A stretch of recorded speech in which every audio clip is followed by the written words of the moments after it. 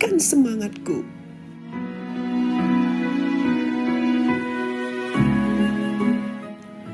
Mari perbaharui panggilanmu.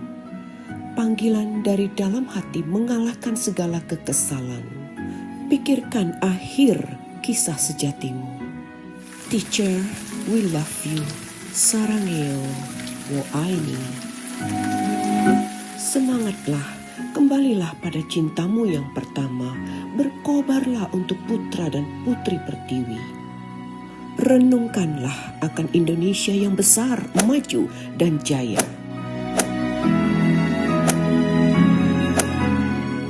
Mereka akan berkata, semua karena guruku.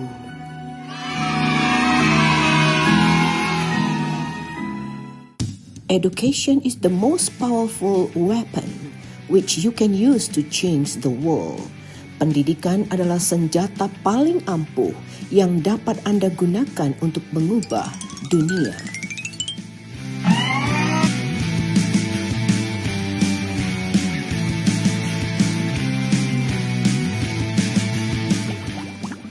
Thank you for being faithful friends of TIC.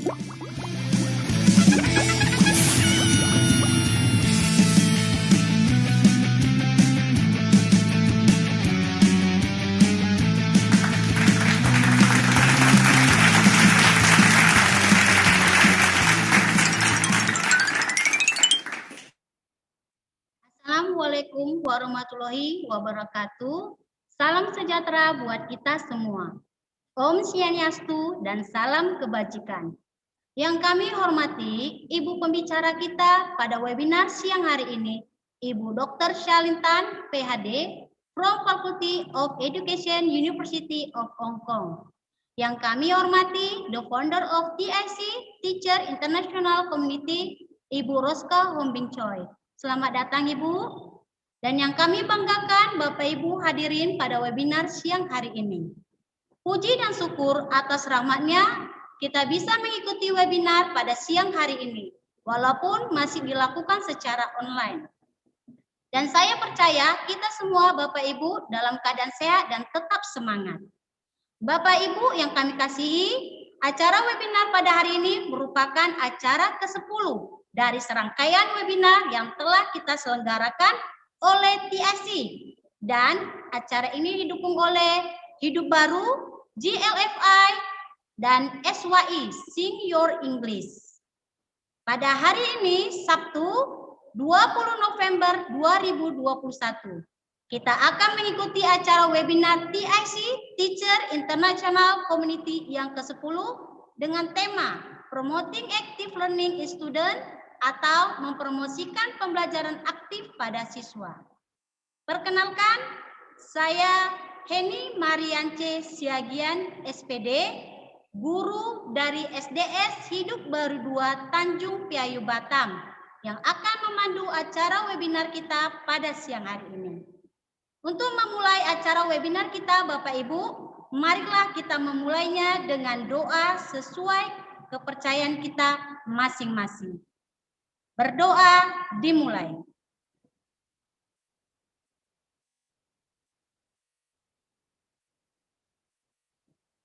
Berdoa selesai. Hadirin yang berbahagia, marilah kita menyanyikan lagu kebangsaan kita, Indonesia Raya.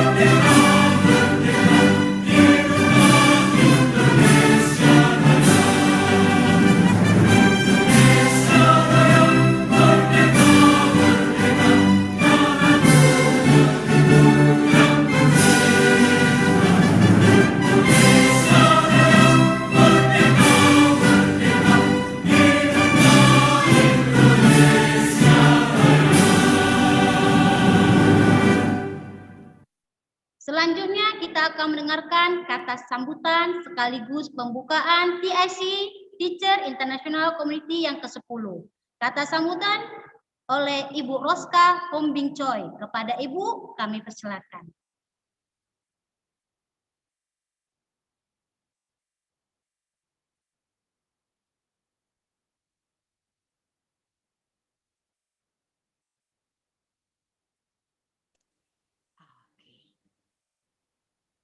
Baik.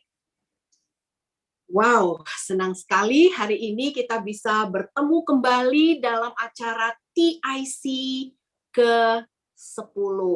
Wow, hari ini kita akan belajar banyak bagaimana kita bisa melakukan yang terbaik ketika kita mengajar, kita membuat anak-anak didik kita itu begini melihat kita membelalak dan enjoy dan tersenyum ketika kita mengajar.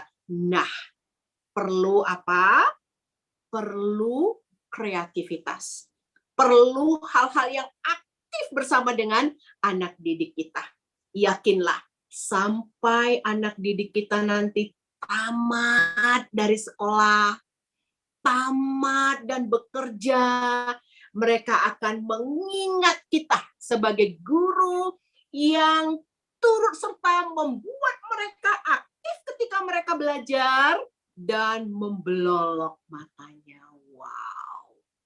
Jadi Bapak Ibu guru, mari kita tetap semangat sekalipun pandemik masih ada dan sudah melandai. Tiba waktunya nanti kita akan go 100% dalam kelas kita. Mari Bapak Ibu guru, ciptakan suasana belajar yang menarik. Nah, tadi saya intip-intip nama peserta, ternyata ada tamu kita dari Malaysia yang bernama Joyce Yong. Mungkin bisa di spotlight Ibu Cakra.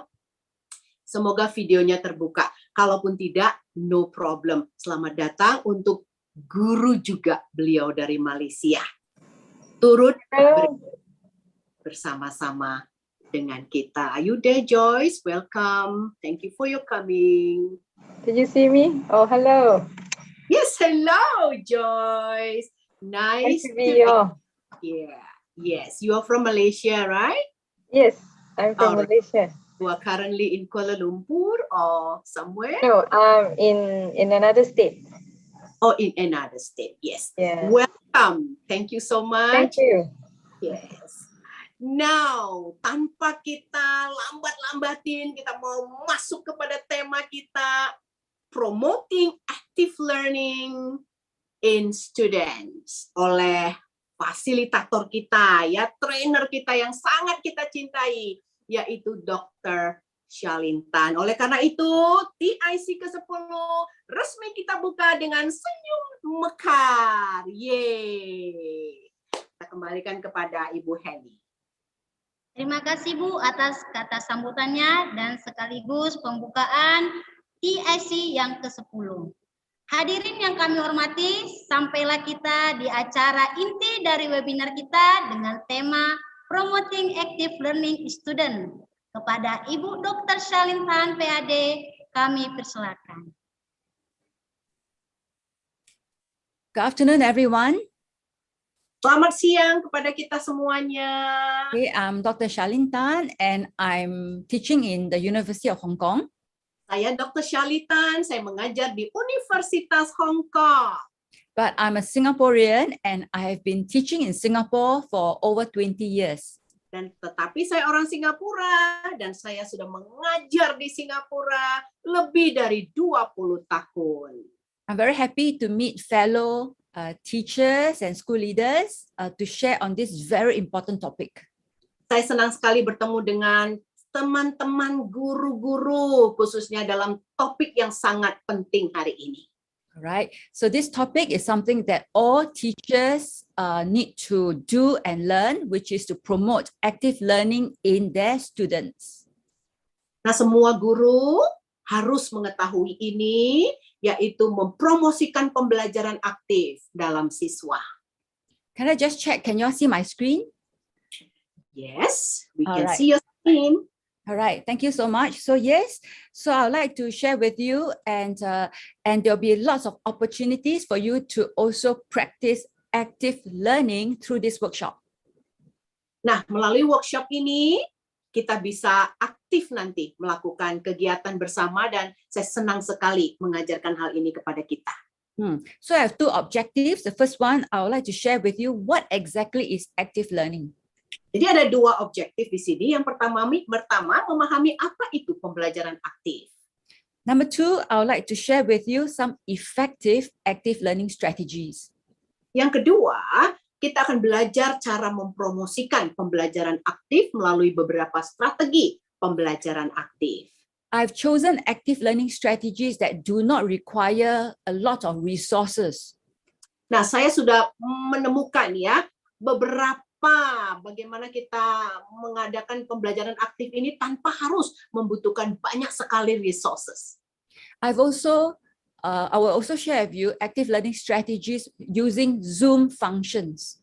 Saya juga akan mengajarkan bagaimana kita mengadakan pembelajaran aktif melalui fungsi yang ada di Zoom. I would like to start by playing for you a short video clip. Saya mulai dengan video klip. I'd like you to watch and then tell me whether you think the teacher is a good teacher.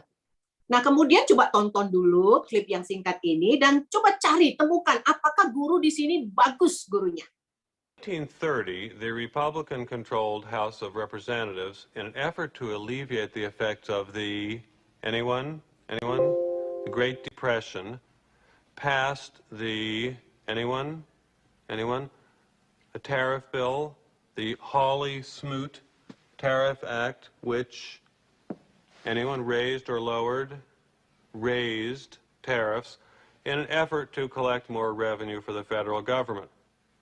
Did it work? Anyone know the effects? It did not work, and the United States sank deeper into the Great Depression.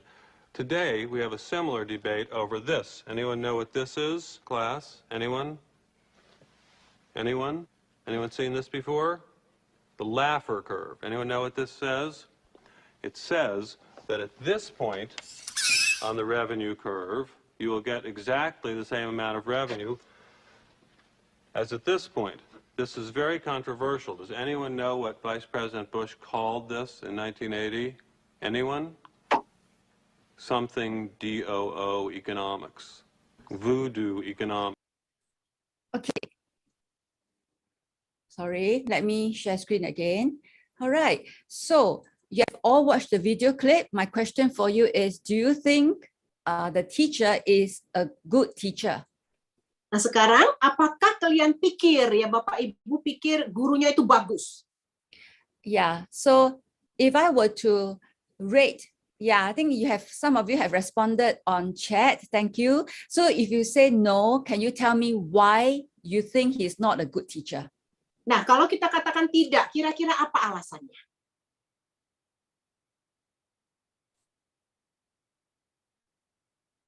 So you can type in English or Bahasa, it's up to you.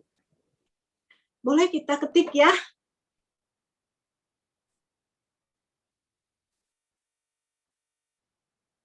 Okay, yes, so I know a number of you said, yeah, because boring. Students, he's not engaging. He cannot control the students, monotone, no passion, too teacher-centered, and so on, words repetitive. Could I ask Ibu Roska to translate into Bahasa for the benefit of those who do not know English? Oh, okay. Just summarize, yeah, the comments. Boring, not engaging, teacher-centered, cannot control students. Oke, dia ngajarnya membosankan sekali, satu direction saja, katakannya diulang-ulang melulu, ya, begitu terus makanya bosan, tidak bagus. Ya. That's right. So the way you teach affects how your students learn. Jadi cara kita mengajar itu akan memberi efek kepada anak-anak kita caranya belajar. That's why it's important to engage your students so that they become active learners. Karena itulah penting sekali membuat anak-anak itu berkecimpung juga ketika kita mengajar, supaya mereka menjadi aktif, belajar secara aktif. So what is active learning? Apakah itu pembelajaran aktif?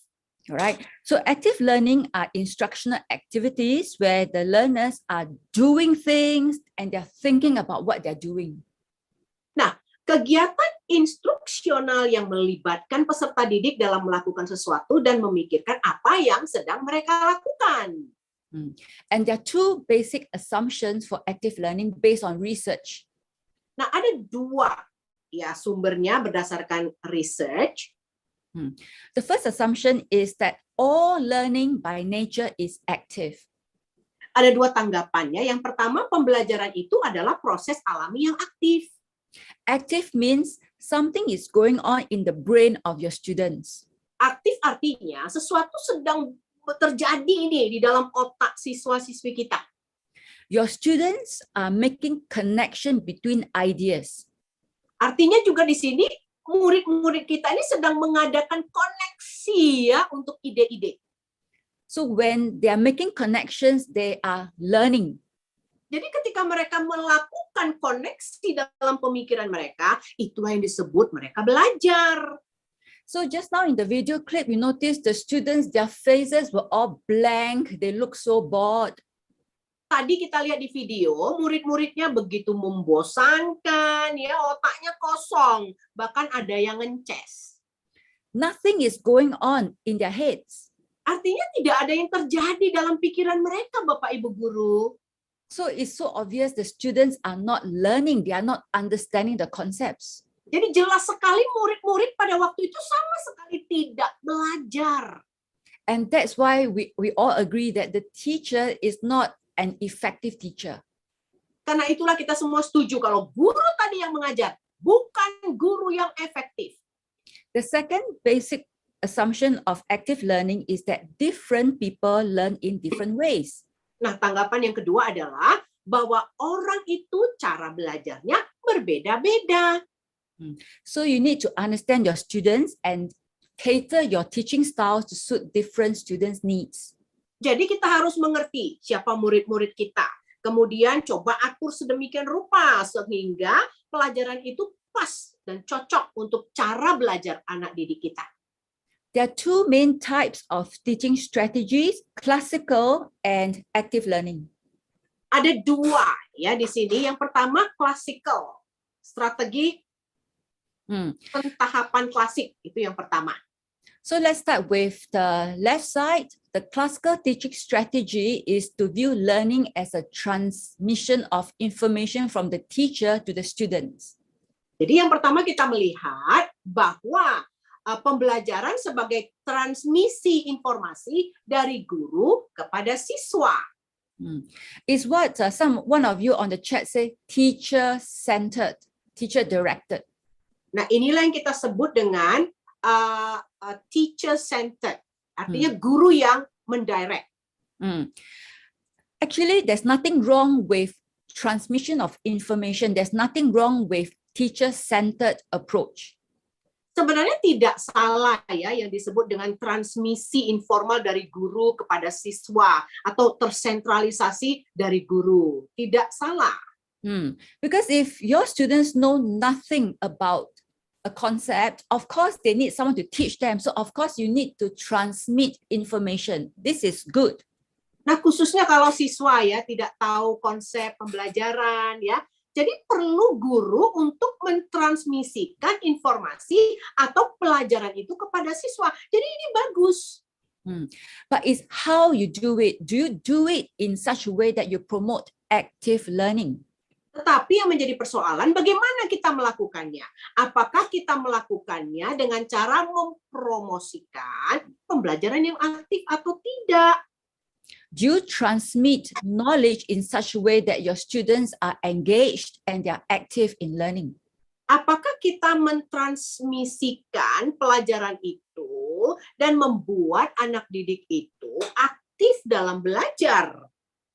Remember just now we mentioned the two assumptions of active learning?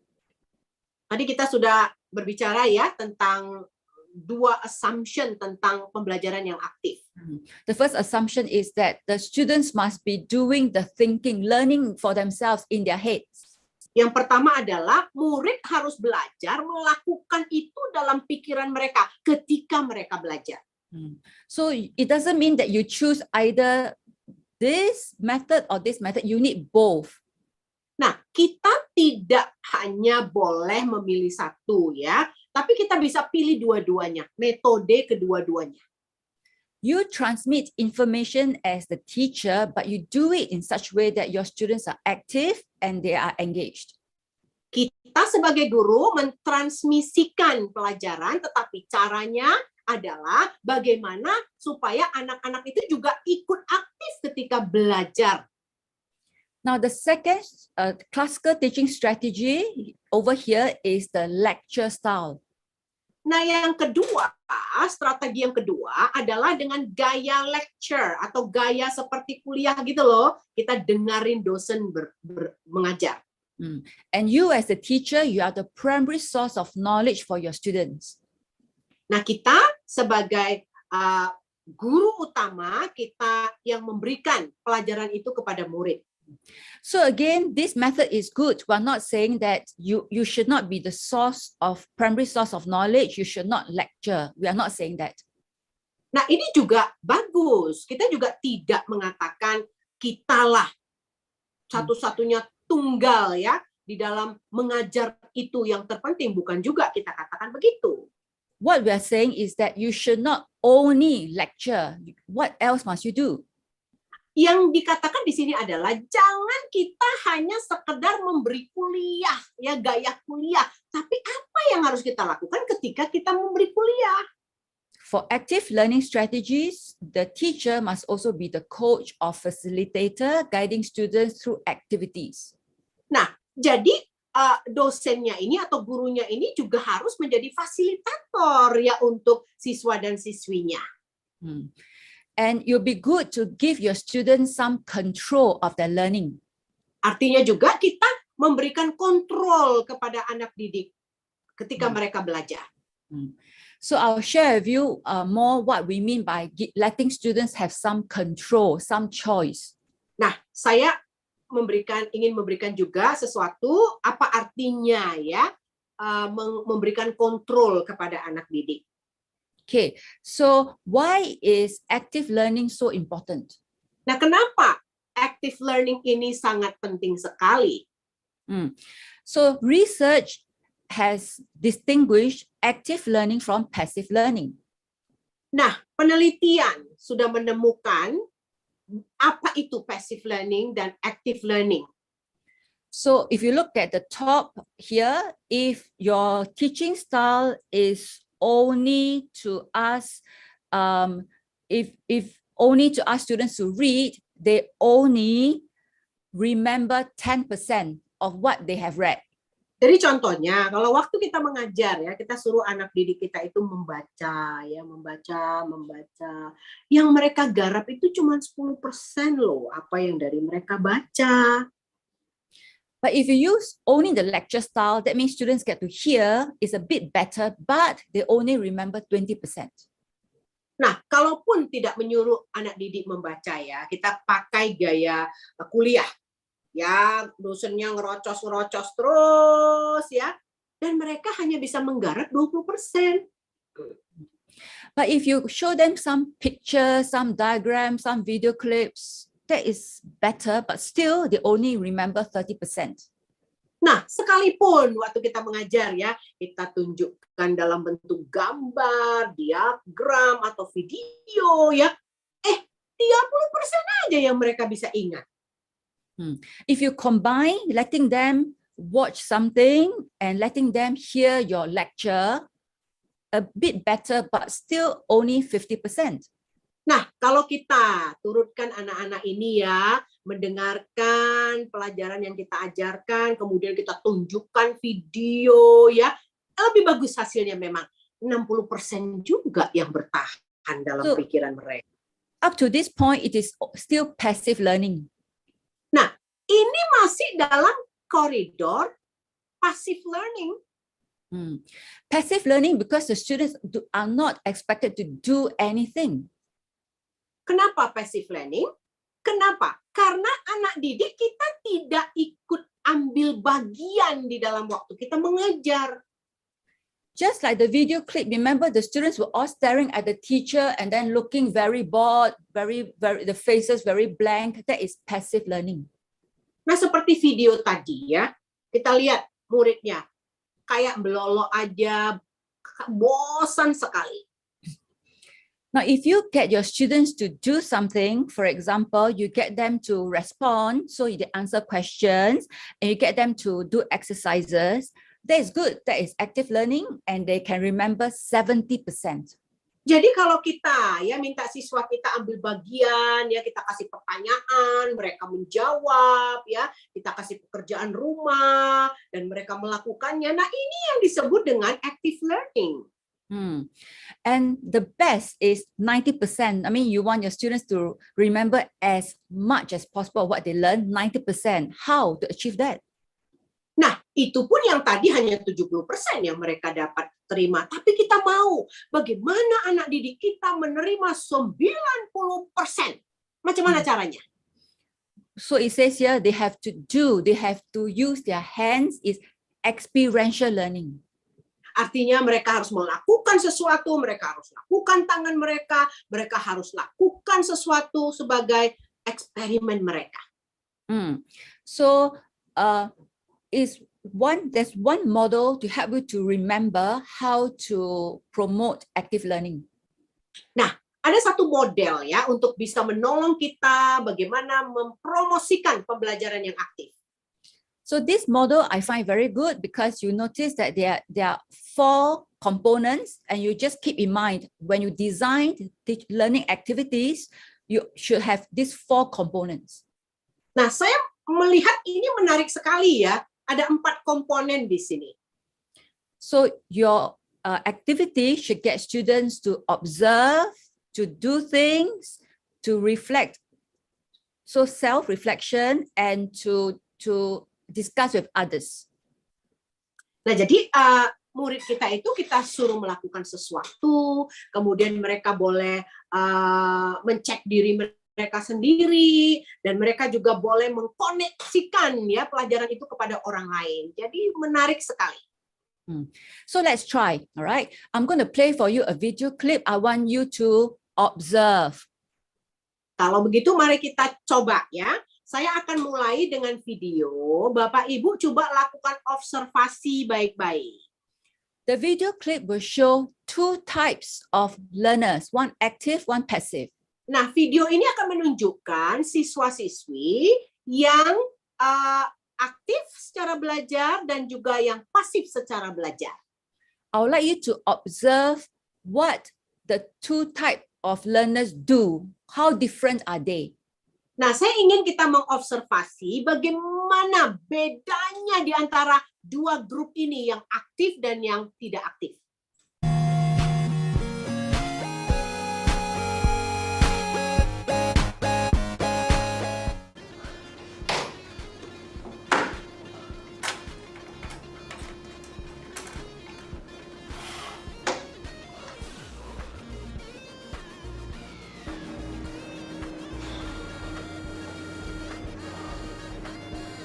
I hope everybody else is excited as I am to be here.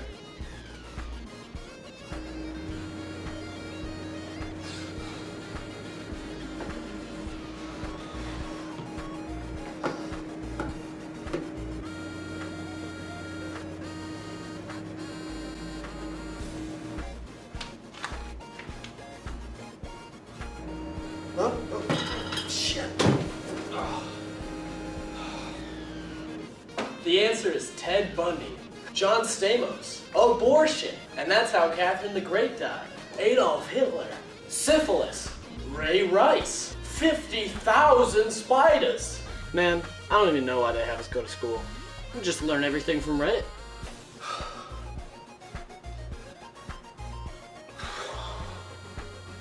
What's the point in doing this assignment if we're all gonna die someday? Heck, are you watching The Neverending Story again? Dude, this is the greatest movie I've ever seen. It's a study of character and story and tragedy.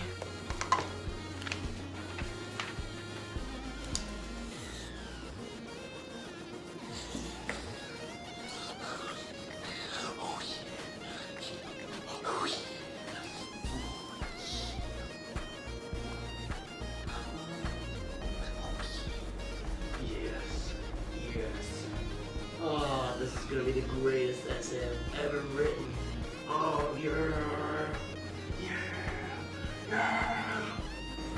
Excuse me, when are we actually gonna use this in real life? The Pythagorean theorem? Hell, I'm just here to play my sport. I can't make it to the test. I actually have to go play the cross in a few hours, so yeah, it's our sectional game. ¿Por qué no las dos? The War of 1812. Covalent bonds. X over 2 equals B times Y.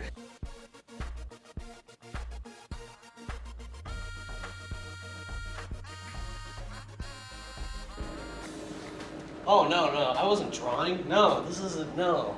I'm listening to the lecture. Carry on. A plus! Has anyone in the class seen Mr. Hack?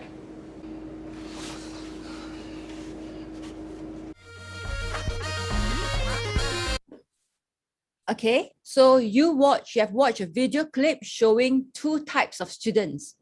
Nah, tadi kita sudah menonton ya, ada dua macam murid tadi yang kita lihat. One is active learner, the other one is a passive learner. Yang satu adalah aktif cara belajarnya, yang satu lagi pasif cara dia belajar. So you have observed, now the next thing I would like you to do what? Nah, tadi kita sudah melakukan observasi ya, sekarang saya ingin kita melakukan sesuatu. Nah, melakukan apa itu? I would like you to type on the chat what you have observed. So what must you do? I've already shown you an example A. If you say A means active, so you say A, that student from what you observe, he did this or that. P means passive, oh he did this and that. So just contrast the two. Oke, tadi saya sudah kirimkan di chat room ya. Nah, kalau dia E kita katakan, nah dia aktif. Oke, apa yang dia lakukan? Coba tuliskan. Kemudian ada satu lagi tidak aktif ya. Coba paparkan apa itu yang dia lakukan, kenapa tidak aktif. So I'll pause for 1 minute. Feel free to type your answers. Jadi beberapa menit kita pause ya. Coba mari kita jawab. Ya, E artinya aktif, P artinya pasif. Buat sesuai dengan observasi kita tadi, kita katakan E aktif, apa saja yang dia lakukan. Pasif, apa yang dia lakukan. Ayo, mari kita jawab.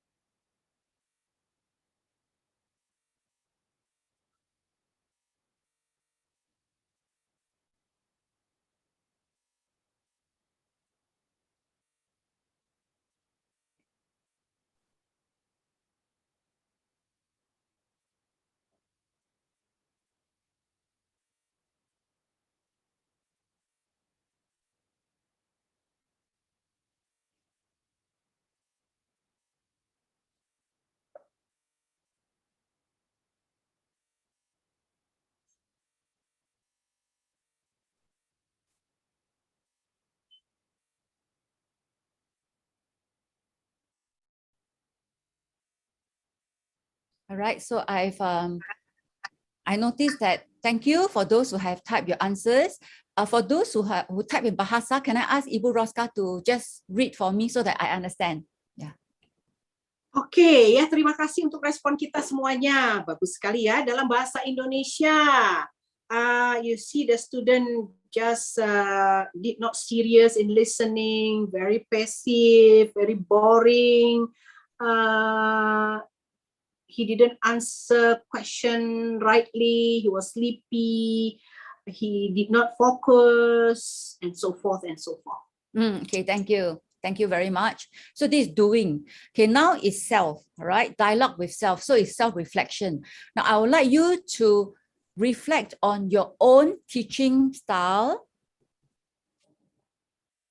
So, Oke. Tadi itu tentang doing ya. Sekarang masuk kita ke kolom kuning, self. Coba kita selidiki. Reflect on your own teaching style. Yeah. Coba refleksikan cara kita mengajar. I'm sure you have taught in ways where your students are like the A, active. They're active learning, right? You have taught successfully to promote active learning. Nah, saya percaya ketika kita mengajar ya, kita juga hasilnya waktu kita mengajar punya murid yang tadi, yang aktif begitu ya. Coba diselidiki di dalam hati kita. I would like you to share one strategy you have tried and you have succeeded in promoting active learning in your students. Coba kasihkan satu strategi sehingga kita melihat hasil daripada itu, kita lihat murid kita begitu aktif belajar. Just one, can you please type it now? Satu saja strategi yang pernah kalian lakukan yang membuat anak didik kalian itu aktif sekali. Ayo, coba kita tuliskan. Apa itu kira-kira?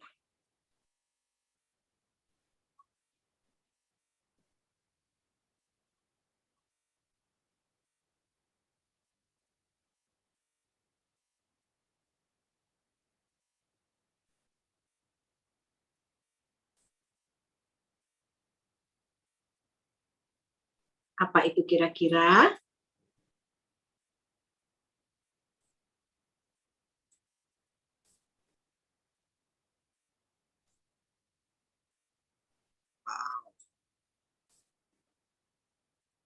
Belajar di lapangan. Oke.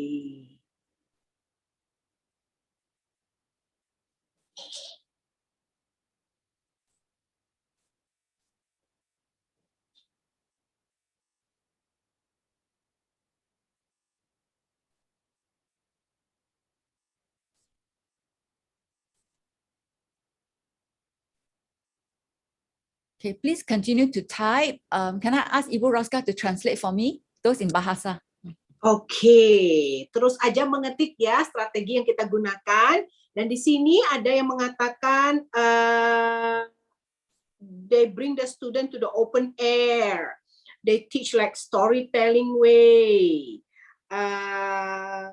They give questions after giving the subject. Brainstorming, play games, ya, memainkan games dan yes, that's all. All right. Okay. So now I would like you to read what your okay, now is others. We try others now. So now is you respond to the answers given by others. Nah, sekarang kita masuk ke kolom biru ya, yaitu yang lainnya atau orang lainnya. Coba kita melihat apa yang menjadi jawaban-jawaban teman-teman kita yang lain. Kita lihat, kita perhatikan. So I would like you to read what your friend, the other participants, fellow teachers have typed, and I would like you to choose what you think is the one strategy that you want to try. So like for me, okay, I choose Paudu, all right, because he talks about let me see, play games, right? Yeah, let me see. It goes up to just now. Okay. Yeah. So I chose this teacher's answer because I think, wow, it's something very good I want to try out. Okay, let me translate for them. Nah, kita lihat di kolom chat ya, kita baca apa yang menjadi jawaban-jawaban teman-teman kita guru, apa yang menjadi tanggapan mereka dan lain sebagainya, dan strategi-strategi yang mereka sudah lakukan. Kita bacain satu-satu ya teman-teman kita ini dari chat room. Kemudian pilih satu. Strategi ini bagus banget kalau aku lakukan ini di kelas. So for example, I chose Paudu. I hope I pronounce your name correctly. Paudu, you put playing games and ask question. I like it. So it's something that I want to try. Jadi saya baca, ada Ibu Paudur di sini playing games ya. Ibu Ratna juga bilang playing games. Wih, aku mau coba ini di kelas. Nah, seperti itu. So can you do so now? Look at each other's. If you still have more answers, type. But if you have finished, look at other people's answer and choose one answer that you want to try out. Oke, jadi coba bacain pelan-pelan ya apa yang menjadi strategi-strategi teman-teman kita guru lainnya di chatting room ya. Nah, kemudian coba pilih satu. Aku mau yang mana yang mau aku coba terapkan.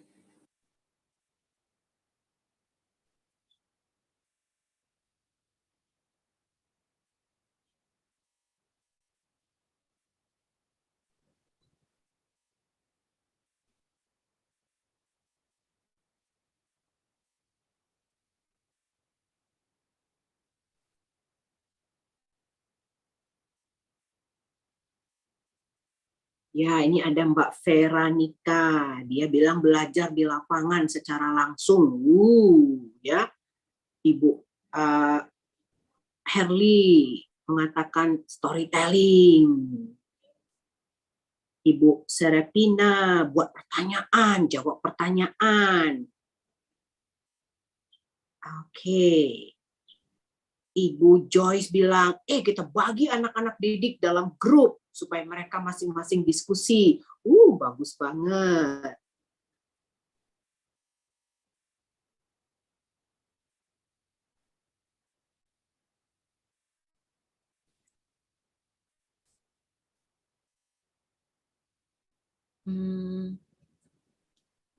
Yeah, okay.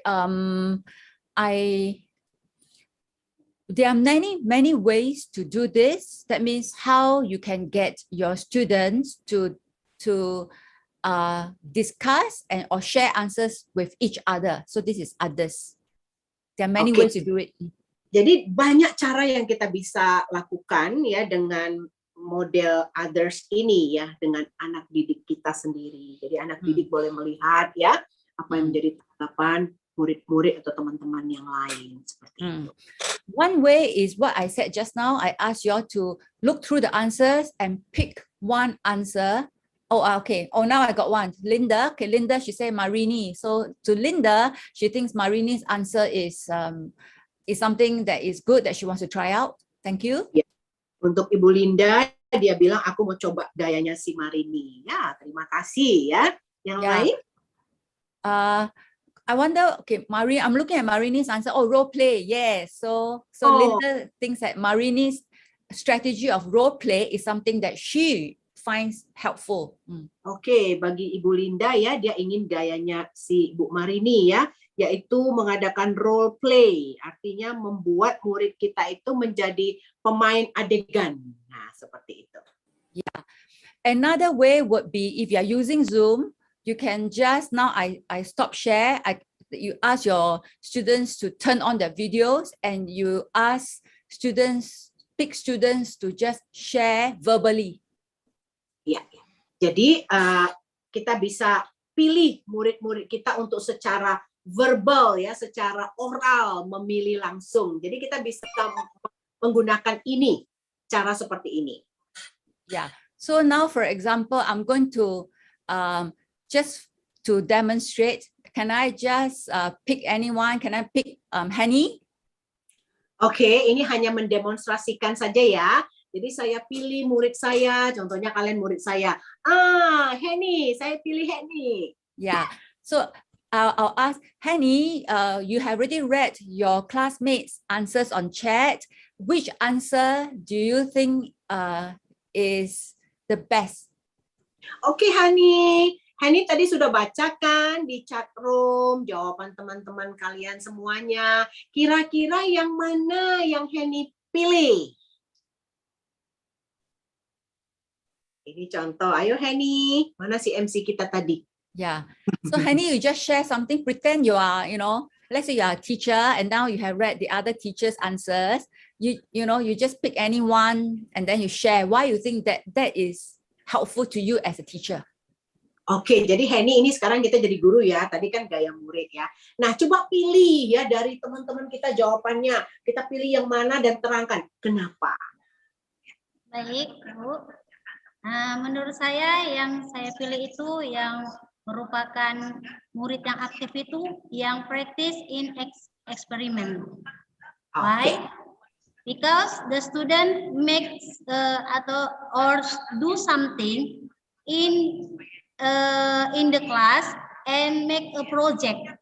So the student be active in the learning like this. Ya, Henny bahasa Indonesianya gimana? Ayo. Menurut saya, Bu, yang menjadi murid yang aktif itu adalah murid yang berlatih dan membuat sebuah eksperimen, di mana murid itu di dalam kelas bisa membuat sesuatu, dan sesuatu yang dilakukan itu merupakan salah satu anak yang merupakan anak yang aktif, seperti itu, Bu. Thank you. Thank you. Yes. So that was an example of how you can apply active learning based on this model. Jadi ini salah satu contoh ya, model yang kita bisa terapkan sebagai mempromosi pembelajaran yang aktif, begitu. You show them a video clip, you ask them to observe. Jadi kita tunjukkan kepada anak didik kita video klip, suruh mereka mengadakan observasi. And then you get them to do. That means they have to type something on chat. Jadi buat mereka melakukan sesuatu, ya mereka menuliskan di chat room contohnya. Then you ask them to reflect, think about themselves, their own experience. Dan suruh mereka merefleksi diri, pengalaman mereka sendiri. And then of course when they have to share, right? So think about themselves and then type second time. Kemudian mereka membagikannya, suruh mereka mengetik lagi di chat room.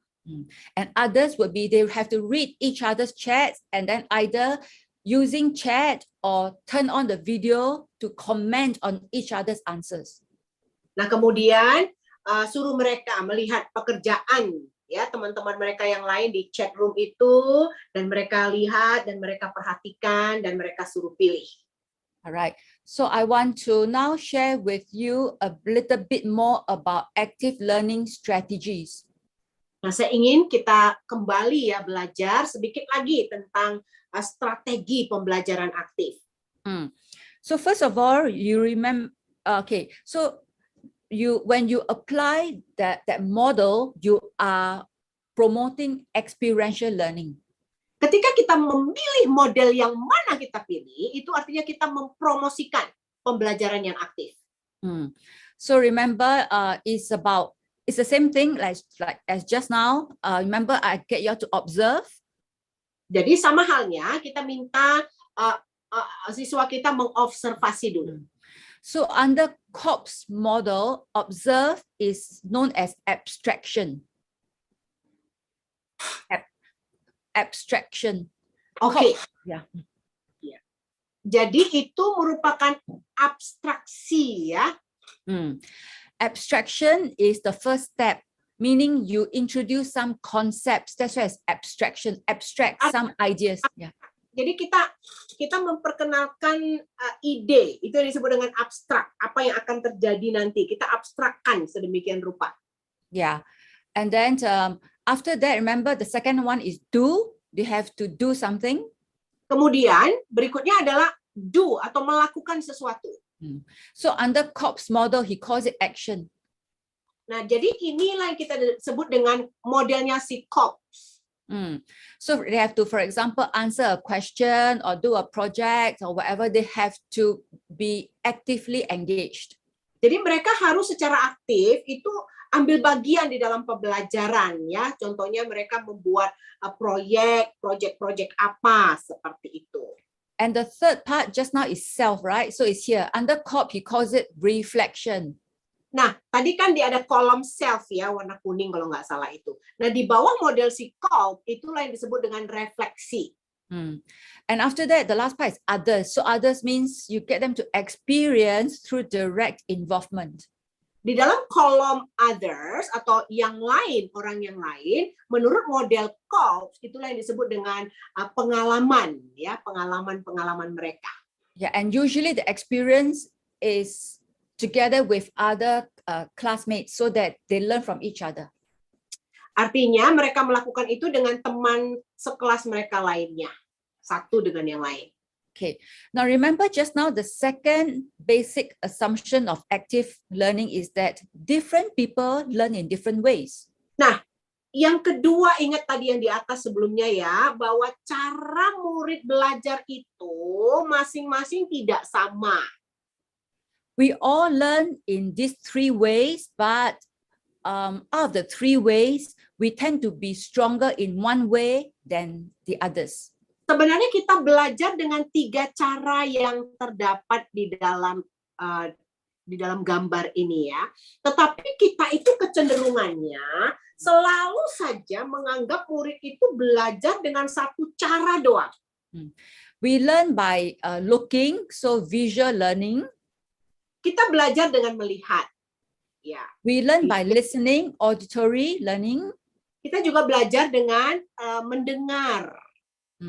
And we learn by experiencing using our senses, so tactile or kinesthetic, using movements. Nah, kemudian kita belajar dengan menggunakan pergerakan, ya. Ada 3.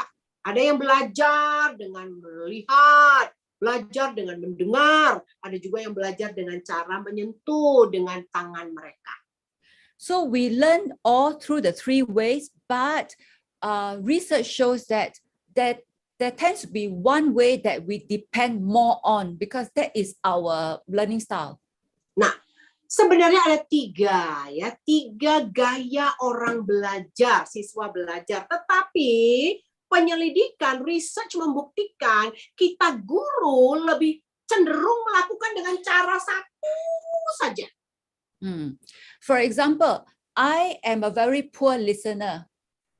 Contohnya, saya itu adalah yang paling sulit mendengar.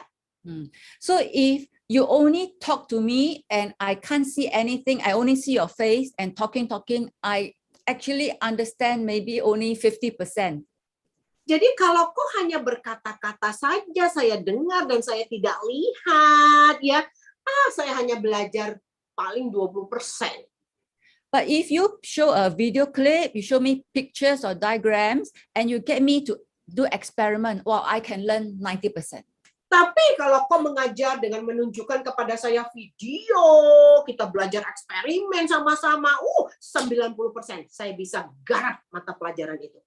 That's why as teachers, we need to get students to learn in as many ways as possible. Karena itu kita guru, kita harus belajar, mengajar dengan cara yang banyak caranya, sehingga murid-murid itu bisa belajar semuanya. I'll play for you a video clip of what some schools are doing to promote active learning. Nah, saya tunjukkan satu video di mana beberapa sekolah menggunakan ini ya untuk mempromosikan pembelajaran yang aktif. After watching, I'd like you to use chat to write down as many ways as possible that you have observed from the video clip. Nah, setelah video ini selesai, apa yang sudah kita observasi dari video ini, mari kita tulis sebanyak-banyaknya di chat room.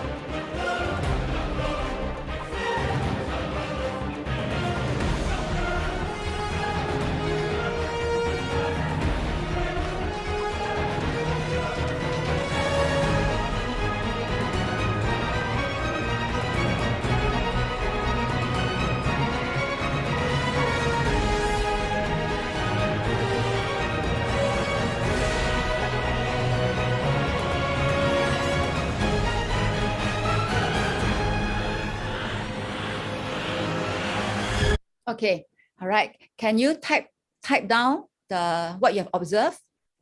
Nah, coba diketik ya di chat room apa yang sudah kita observasi lewat video singkat tadi. The different ways of learning for the students. Cara-cara yang berbeda bagi anak-anak supaya mereka bisa aktif belajar.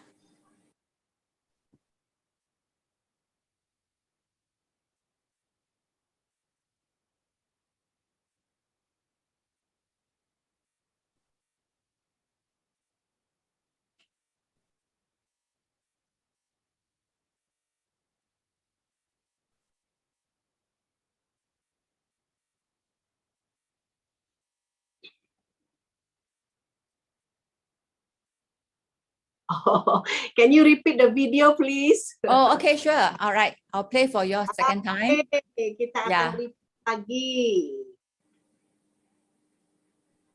Sorry, not this one.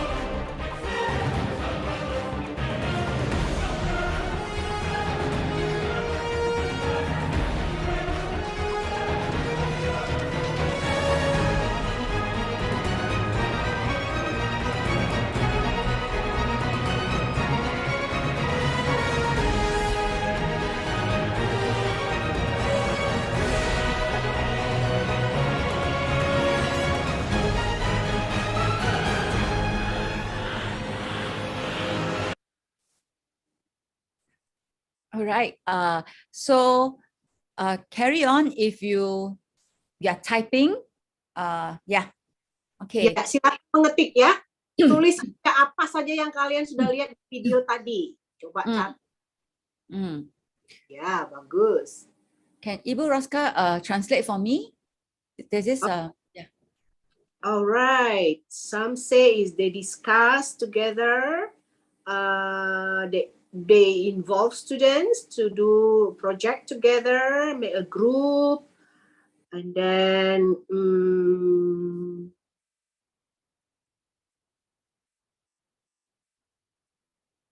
they watch video together.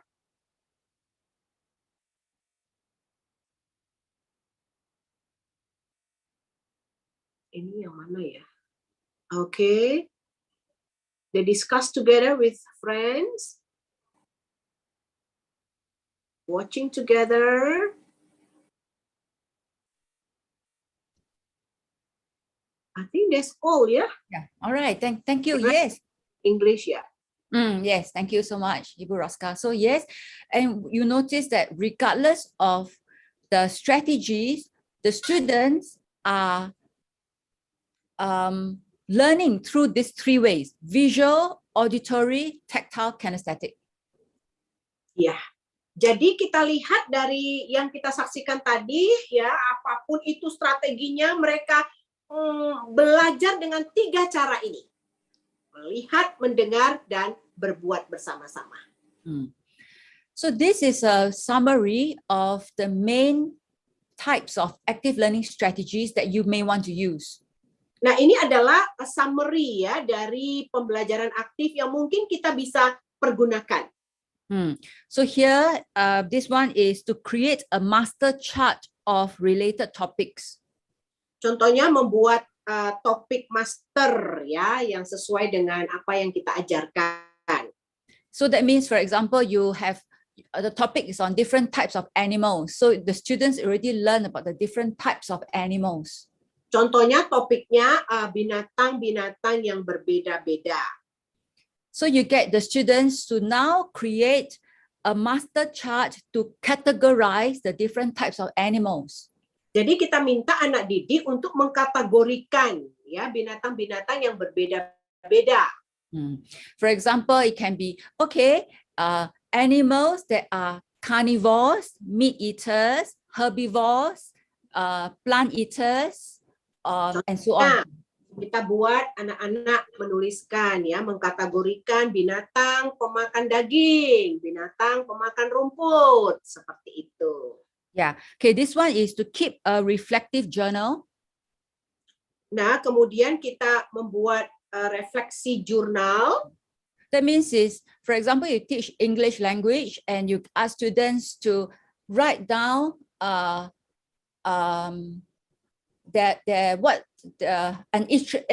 happy experience, you know, or a sad experience through in a notebook, so they can get to practice writing in English as well as to share the experiences. Oke, contohnya kita mengajar pelajaran bahasa Inggris ya. Suruhlah anak-anak itu membuat jurnal ya, pengalaman bahagia mereka di dalam kalimat bahasa Inggris contohnya. And this one you can use a lot of post-it or cards. So you can see I'm holding a post-it. So if you have physical classroom, you can use all these post-it, different colors, to get the students to write and display the answers. Oke, contoh lain adalah merekat ide dalam kartu atau susunan ya, dalam kartu berwarna yang seperti tadi ditunjukin oleh Ibu Shalin ya. For older students or students who are of certain high abilities, you can get them to do peer teaching. So this one is discuss, explain, teach to someone else. Jadi ada juga cara mendiskusikan atau menerangkan ya, mengajar kepada teman murid yang lain. Or you can use strategies like mind maps to help your students to organize ideas. Atau mengulang format informasi seperti membuat map contohnya. Now, if you look up here, so here is have questions in mind. That means ask different types of questions to get students to be curious and to answer the questions in different ways. Buat anak-anak membuat pertanyaan ya, mereka pengen lebih tahu lagi ya. Jadi buat pertanyaan sehingga mereka bisa memahami, lebih mengerti lagi pemikiran mereka. So you can get to ask questions like the why, how, what, when, and so on. Atau kita buat pertanyaan kenapa, bagaimana, kapan, seperti itu. Ask your students and encourage your students to ask questions on why. Jadi kita coba buat anak-anak itu ya bertanya dengan pertanyaan kenapa. Yeah, and encourage your students themselves to find out the answers for themselves. Dan dorong anak-anak untuk menjawab pertanyaan yang mereka sudah tanyakan. Like just now the video clip, the children are actually very young, but yet they are doing all kinds of experiments and all that. They are trying to find the answers for themselves. Seperti di video tadi ya, mereka masih kecil-kecil ya, tetapi mereka disuruh untuk menemukan jawaban mereka. Now, link new information with what you already know. Sambungkan informasi dengan apa yang kita sudah tahu. Yeah, so that means always extend the students' knowledge to help build on what they already know, and then they learn more. Artinya begini, apa yang mereka sudah tahu, coba buat mereka lebih belajar lagi tentang apa yang mereka sudah tahu. Alright, I'll give you an example later, this one. Yeah. Saya akan berikan contoh nanti. And okay, related to that is to think of real life examples. Nah, contohnya kita berikan contoh kehidupan yang nyata. So that the students can apply what they learn in the classroom to their everyday experiences. Jadi mereka bisa belajar ya dari pelajaran di classroom di dalam hidup mereka. Okay, and this one is to get the students to summarize with headings or keywords. Jadi mereka disuruh untuk menyimpulkan dengan kata-kata kunci dari mereka sendiri. Yeah. And the last one is to use colors, color code the information. Dan yang terakhir kita bisa pakai ya warna kode informasi. So let me give you an example. Like this is using mind map. Yeah, an example of mind map. Nah, contohnya ini map saya ya, petanya saya. So mind map is helpful because just now we learned about, for example, getting students to summarize with headings or keywords, right? Oke, ini contohnya map saya ya. Kita sudah tadi buat sebagai simpulan kata ya dengan kata kunci dan lain sebagainya tadi. Yeah, so mind map is helpful because it's about keywords. So based on the keywords, they can then categorize the answers based on that subtopics and so on. Jadi dengan mind map ini kita bisa membawa mereka ya untuk melihat apa topiknya, apa subtopiknya dan lain sebagainya. For example, the topic will be animals. Contoh topiknya itu binatang contohnya. So the keyword here will be carnivores. That means animals who eat meat only. Kunci katanya adalah di sini kita buat binatang pemakan daging. So then the students got to decide examples. What kind of animals fall under this keyword of carnivores? Jadi anak-anak didik itu kita suruh melihat contoh-contohnya apa binatang pemakan daging. Like tiger. Seperti Yeah. tiger. Ya, harimau. Lion, yeah. And over here will be herbivores. That means animals who eat only plants. Nah, di sebelah sini mungkin kita buat binatang pemakan tumbuh-tumbuhan. Like cows, pandas. Seperti cow, ya lembu, kerbau, kambing. Jadi kita pakai model mind map.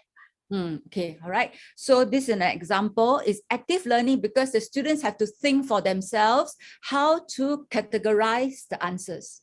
Jadi inilah yang disebut dengan pembelajaran aktif. Ya, anak-anak itu sendiri harus mengkategorikan jawaban-jawaban seturut dengan apa yang sudah kita paparkan. Another method is case studies. Metode lain yaitu studi kasus contohnya. So case studies can be based on real or fictitious situations. Nah, untuk studi kasus ini bisa jadi adalah tentang sesuatu yang terjadi atau bisa juga sesuatu yang fiktif saja. And case studies are helpful to promote critical thinking and decision making. Nah, untuk studi kasus ini sangat bagus ya, khususnya untuk kasus ya, untuk memecahkan sesuatu. Remember just now one active learning strategy is to ask why. Ingat ya, strategi pembelajaran aktif yang tadi kita minta anak-anak untuk bertanya, kenapa? Why are so many people infected with coronavirus?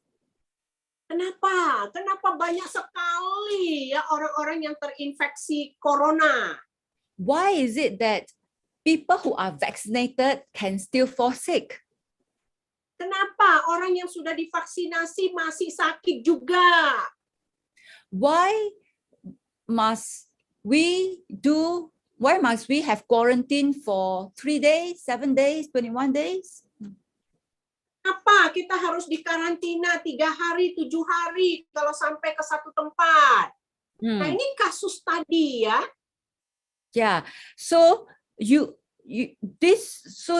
just now the one active learning strategy is also to link new information with what you already know. Jadi satu strategi tadi kan menggabungkan informasi yang sudah kita tahu. Contohnya. Yeah. So that means, for example, the students they learn from the teacher about how coronavirus spreads. Tadi mereka contohnya ya anak didik kan udah belajar dari gurunya bagaimana corona ini bisa menyebar. So you ask the students to do a case study about the Delta variant. Jadi kita minta anak didik kita melakukan studi kasus untuk contoh virus Delta. So the students already know the basics. They learn about how this coronavirus spread through droplets, through surface, and all that. Sebelumnya mereka semua sudah kita suntik ya, sudah kita kasihkan, kita paparkan apa itu corona, bagaimana penyebaran corona ya lewat udara atau lewat air liur lah dan lain sebagainya. Yeah. So, but what they don't know yet is the different variants, especially Delta variant. Tetapi apa yang belum diketahui para siswa adalah variannya. Contoh, Delta varian. Because the Delta variant, the virus has mutated, so the way it spreads will also change. Jadi contohnya, karena virus itu sudah muted ya, caranya pun penyebarannya berbeda. I read that in a country, the workers even were infected by touching the food package, even the surface. By touching the surface of the food package, they were infected. Nah, saya juga baru belajar kalau para pekerja-pekerja ya, workers, mereka terkena COVID varian Delta, contohnya lewat menyentuh tempat makanan mereka. Wow. So this is something that is very new because the virus keeps mutating. Ini sesuatu yang baru ya, sesuatu yang baru karena virus ini terus dan menerus mutate terus. So you can get your students, the older students, to do a case study to link what they already know to new information. Jadi kita bisa suruh siswa kita ya dari apa yang mereka sudah ketahui dari guru tadi ya untuk boleh ditambahkan lagi apa yang mereka sudah tahu. And then you can ask them to do a presentation either in class or via Zoom. Kemudian suruhlah mereka mempresentasikannya di kelas atau lewat Zoom. Now, what is for the rest of the session? I want to focus on some active learning strategies using Zoom. Jadi kita akan masuk sekarang kepada strategi belajar aktif menggunakan Zoom. Because I know that in Indonesia, even in Singapore, in Hong Kong, you can't always teach face-to-face because of the virus, so that your students have to learn from home. Jadi saya juga lihat ya di Indonesia seperti di Hong Kong juga ya, belum semuanya boleh belajar lewat offline. Jadi ada juga yang belajar lewat online. So you may be thinking, how to have active learning from via Zoom is very difficult.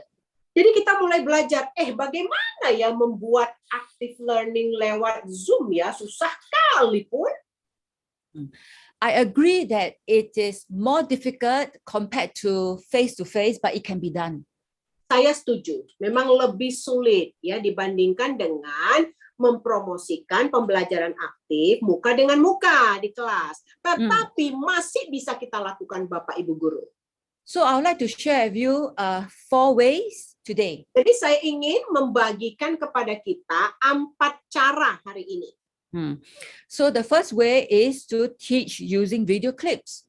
Yang pertama, kita bisa mengajar menggunakan video klip.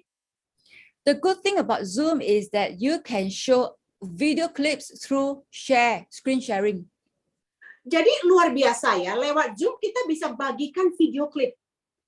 And it's free because you can get a lot of all these free video clips online from YouTube, from so many places. TikTok. Banyak sekali video klip yang free dari copyright. Free, jadi kita cari aja. All right. And remember just now we said that there are different learning styles and many students are visual learners. They need to see. Jadi kita tadi kan udah belajar ya, murid-murid itu banyak sekali mereka itu yang vision learner. Mereka belajar lewat melihat. So instead of just giving lecture by letting students just see your face, you can share screen, use a video clip to show them how it's done. Daripada kita kita mengajar dengan gaya kuliah terus ya, murid-murid lihat wajah kita ini terus ya. Lebih bagus kita berbagi dengan video. We'll try this out later. I'll play for you a video clip very soon. Saya akan mainkan nanti ya video clip untuk kita semua. But before I show the video clip, I want to introduce the second way, which is to answer questions using symbols on Zoom. Nah, kita juga bisa membuat strategi belajar aktif di Zoom dengan menjawab pertanyaan dengan lambang-lambang. Now, this method can be done in the classroom or using Zoom. Nah, metode jari ini ya, yang beneran jari ya, itu bisa dilakukan di kelas. If it's in class, you get the children to use their thumbs. Kalau di kelas kita bisa suruh anak kita menggunakan jempol mereka, jempol. So they have to answer yes, no questions. Jadi kita bisa menjawab pertanyaan yes atau no. So if they agree, if it's a yes question, you ask everyone to do thumbs up. If they think no, the answer is no, thumbs down. Jadi kalau kita tahu ya anak-anak kita ingin menjawab yes, mereka pakai jempol. Kalau tidak, jempolnya turun. If maybe some are not sure, it's okay. They still must respond. Not sure like that. Not sure it's like that. Mereka nggak yakin ya, iya atau tidak. Mereka masih bisa merespon dengan jempol mereka dilurusin, disampingkan begini. Okay. So again, this is free. You don't have to prepare any resources. The children are using their thumbs to respond. Jadi ini free ya. Tidak perlu resources, anak didik boleh pakai jempol mereka. Jawaban yes begini, jawaban no begini, jawaban nggak tahu yes or no begini. And it's active learning because you want everyone to take part. It's not like you call name. I call one student, only one student answer, the rest can sleep in class. No, cannot. Jadi ini active learning ya. Jadi kita tidak hanya panggil anak didik satu orang namanya kita sebut, kemudian anak didik yang lain akhirnya ketiduran. So, but on Zoom, instead of using the thumbs, they use the symbols on Zoom. Tetapi di Zoom, mereka bisa menggunakan simbol-simbol yang ada di Zoom untuk meresponi kita. Yeah. So I would like you all to practice first before we start. So how to practice? I would like you now to go to Zoom and look for, see whether you can get the thumbs up or thumbs down. If not, then maybe yes or no. Yeah. Sekarang kita mau praktek ya Bapak Ibu Guru. Coba lihat dulu di Zoom kita ada nggak lambang jempol? Ya, contohnya. So let me try. Okay, can you see my thumbs up? You see my thumbs up? Yeah. Lihat jempol saya, lihat ya, bisa lihat ya. Oh, let me do mine also. Yeah. Okay. Okay, I want everyone to try. This is just practice. Look for thumbs up, thumbs down, and practice now. Oke, Bapak kita latihan dulu. Kita cari di Zoom kita ya, di titik 3 Bapak Ibu. If you can't find thumbs up, thumbs down, it can be the tick or yes, tick or cross. You see, mine is a tick. It can be tick. So thumbs up or tick means yes, you agree with the question. Thumbs down or cross means you no, answer is no. Oke, mungkin di Zoom kita bisa lihat ya ada lambang apa namanya begini, yes, atau lambang tick. Ini saya lagi cari, saya punya kok nggak ada ya yang tick. Oh ada, ini ketemu, yes. Okay. Basically is because I don't know sometimes the different Zoom software. So I don't know about you or your students. So if everyone have thumbs up, thumbs down, we stick to one type. But if some of your students don't have thumbs up, thumbs down, they have the tick and the cross also can.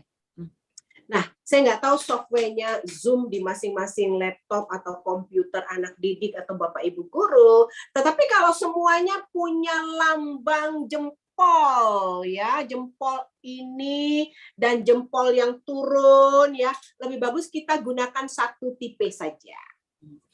Now, if you cannot find, can you ask Ibu Roska now for help? Because I want you all to know so that you can answer the question later. Oke, Bapak Ibu udah ketemu belum untuk jempol yang begini atau jempol yang begini? Bisa ketemu nggak semuanya? Kok saya juga belum ketemu ini jempol yang turun ini. Oh, banyak sekali. Saya udah ketemu ini. I found in my computer already.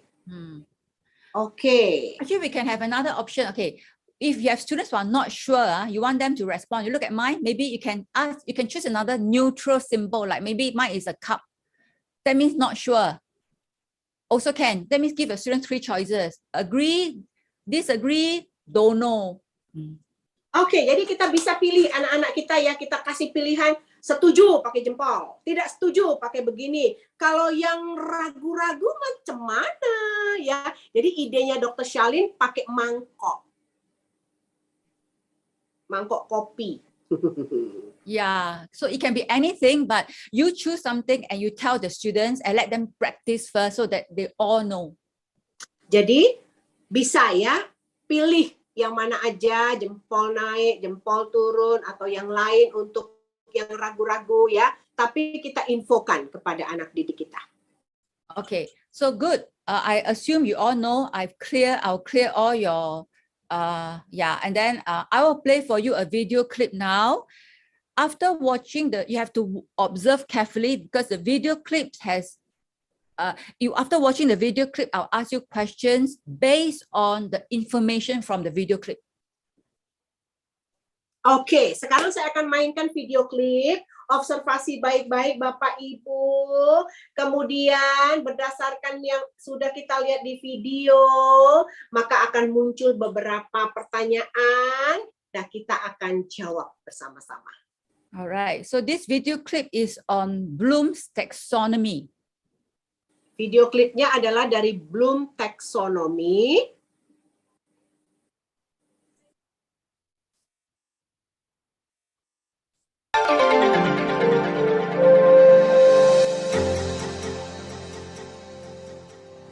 Hai Curious People, apakah Anda tahu mengenai taksonomi Bloom? Taksonomi Bloom adalah sebuah taksonomi yang dibuat untuk tujuan pendidikan. Taksonomi yang pertama kali diciptakan oleh Benjamin S. Bloom pada tahun 1956 ini bertujuan sebagai dasar untuk merumuskan kurikulum dan pembelajaran. Taksonomi ini dibagi menjadi 3 domain. Apa saja itu? Yang pertama, cognitive domain atau ranah kognitif yang berisi perilaku-perilaku yang menekankan aspek intelektual seperti pengetahuan, pengertian, dan keterampilan berpikir. Lalu yang kedua, affective domain atau ranah afektif, berisi perilaku-perilaku yang menekankan aspek perasaan dan emosi seperti minat, sikap, apresiasi, dan cara penyesuaian diri. Yang ketiga adalah psychomotor domain atau ranah psikomotor, berisi perilaku-perilaku yang menekankan aspek keterampilan motorik seperti tulisan tangan, mengetik, berenang, dan mengoperasikan mesin. Dari setiap ranah tersebut, domain kognitif adalah domain yang paling sering digunakan. Yuk kita kenali lebih jauh. Domain kognitif dibagi dalam 6 tingkatan yang terdiri dari 2 bagian, yaitu bagian pertama berupa pengetahuan dan bagian kedua berupa kemampuan dan keterampilan intelektual. Yang pertama, pengetahuan, yaitu berisikan kemampuan untuk mengenali dan mengingat istilah, definisi, fakta-fakta, gagasan, pola, urutan, metodologi, prinsip dasar, dan sebagainya. Yang kedua adalah pemahaman, berisikan kemampuan mendemonstrasikan fakta dan gagasan, mengelompokkan dengan mengorganisir, membandingkan, menerjemahkan, memaknai, memberi deskripsi, dan menyatakan gagasan utama. Lalu yang ketiga adalah aplikasi. Di tingkat ini, seseorang memiliki kemampuan untuk menerapkan gagasan, prosedur, metode, rumus, teori, dan sebagainya di dalam kondisi kerja. Dan yang keempat adalah analisis. Di tingkat ini, seseorang akan mampu menganalisis informasi yang masuk dan membagi-bagi atau menstrukturkan informasi ke dalam bagian yang lebih kecil untuk mengenali pola atau hubungannya dan mampu mengenali serta membedakan faktor penyebab dan akibat dari sebuah skenario yang rumit. Yang kelima adalah sintesis. Pada tingkat ini, seseorang akan mampu menjelaskan struktur atau pola dari sebuah skenario yang sebelumnya tidak terlihat dan mampu mengenali data atau informasi yang harus didapat untuk menghasilkan solusi yang dibutuhkan. Lalu yang keenam adalah evaluasi. Di tingkat ini, seseorang dapat memberikan penilaian terhadap solusi, gagasan, metodologi, dan sebagainya dengan menggunakan kriteria yang cocok atau standar yang ada untuk memastikan nilai efektivitas atau manfaatnya. Demikian Curious People mengenai dimensi kognitif dalam taksonomi Bloom. Sampai jumpa dalam video kami berikutnya. Jangan lupa like dan... Okay, so the video clip is my way to give a lecture as a teacher, but using a video clip. Nah, video clip ini adalah cara saya untuk mengajar dengan memberikan video clip. So now I will ask you questions. My first question is a yes/no question. Nah, saya akan memberikan pertanyaan. Pertanyaan saya gampang sekali ya, hanya dibutuhkan jawaban iya atau tidak. If you agree with the question, later on you will type this symbol, thumbs up or yes. Nah, kalau kita setuju dengan pertanyaan itu atau statement, kita bisa jawab dengan jempol atau tanda yes. If you don't agree with the statement, you type thumbs down or no. Kalau kita tidak setuju dengan statement itu, kita kasih jempol yang menurun atau no. Lambang. Okay, please start now. Oke, kita mulai ya. Dalam video klip tersebut, level terendah dari proses berpikir C1 adalah ingat atau mengingat. Setuju atau tidak setuju? If you are not sure, you can choose the cup symbol. A Kalau teacup, not sure. Boleh kasih simbol mangkok. Do you want them to answer in the chat room or using participants? I think either way is fine. Oh, I say. Because some actually, is video. I say. Which is actually what do you think, Ibu Roska? Which is more convenient for them? What about you seeing them? I can see both. Oh, you can see both. Yeah, but of course it's better to have one place. I can see both. Which what do you think? Maybe just now when they practice, was it on participant or was it on chat? I think on participant. Yeah, I see. Okay, never mind. For this one, I think it's okay. Most of them, maybe later on I standardize, but I think now I also notice a lot using chat. In fact, yeah, both. I think it's okay. Yeah. So okay, 5 more seconds. 5, 4, 3, 2, 1. So yes, all of you are correct. I saw your answers. The answer is yes. Agree. Yes. Yeah. And how do we know? I took this screenshot from the video clip. Yes, the lowest level is this one. Is remember. Ibu Yes. Rosa, you want to translate? Yeah. Oke, jadi ya level terendah adalah mengingat dari video yang kita sudah tonton tadi. Yeah. Okay. Just now, Ibu Roska reminded me something I think is very important. That means you need to tell your students whether you want them to type the symbol on chat or on participants. Choose one way. Yeah. Oke, jadi perlu sekali ya kalau kita mengajar lewat Zoom dengan anak didik, kita pastikan mau jawab lewat chat room atau mau jawab lewat participants. Kalau lewat participants artinya nampak di layar jawabannya. Tapi pastikan kita punya laptop yang bisa melihat semua anak didik kita. Begitu. Okay, now the second way is also to get your students to answer questions, but now I say using chat function. Iya. Jawab pertanyaan menggunakan chat function, yaitu chat room yang tadi ya, obrolan. But again, this can be done in the classroom or on Zoom. Jadi ini bisa diberlakukan di classroom dan juga di Zoom. So if it's in the classroom, it's what we call using this kind of mini whiteboard. Kalau di classroom, kita bisa menggunakan mini whiteboard. Ya, di Indonesia mungkin jarang ya, di Indonesia ya. In Indonesia is very seldom unless you have a good school that provide. Yeah, but actually you can make your own. Yeah. Sebenarnya kita yang mengajar di daerah, kabupaten, ya, kita bisa buat whiteboard kita sendiri, begitu menurut Ibu Charlene. Yeah, okay, I show you. I'll make one now. I make for you one now. Saya akan buat sekarang ya. Okay, sorry, I'm using fake background. Yeah, I can't remove it now. But basically is, let me see. I'm holding, okay, you can't see because I'm using fake background. You can make, you have a piece of envelope.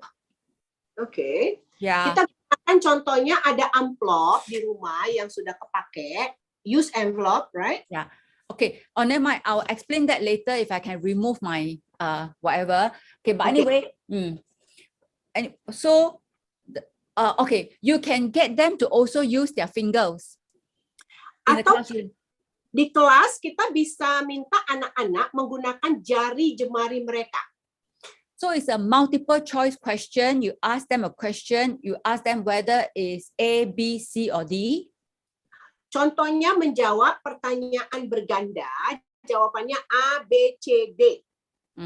So if they think it's A is 1 finger, B is 2 finger, C is 3 finger, D is 4 finger.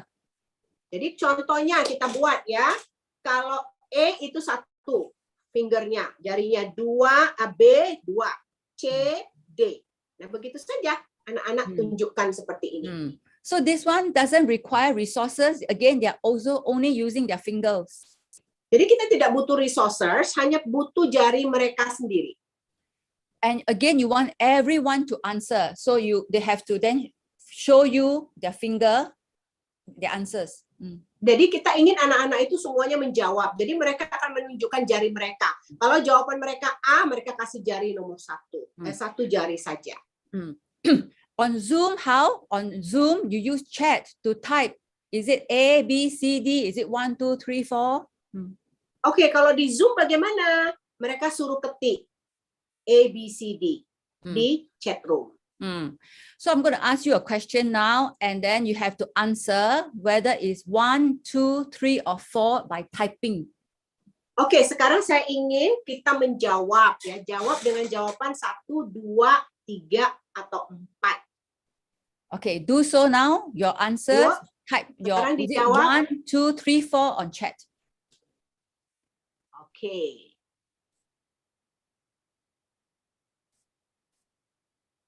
Ayo yang lain, mari dijawab. Boleh dijawab dengan chat room.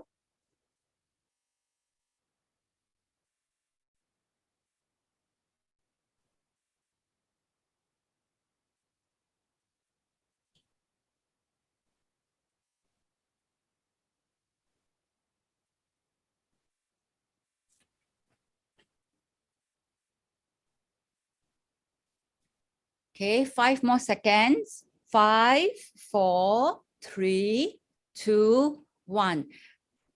Okay, almost all of you got the correct answer. Hampir semuanya kita menjawab, pertanyaannya benar.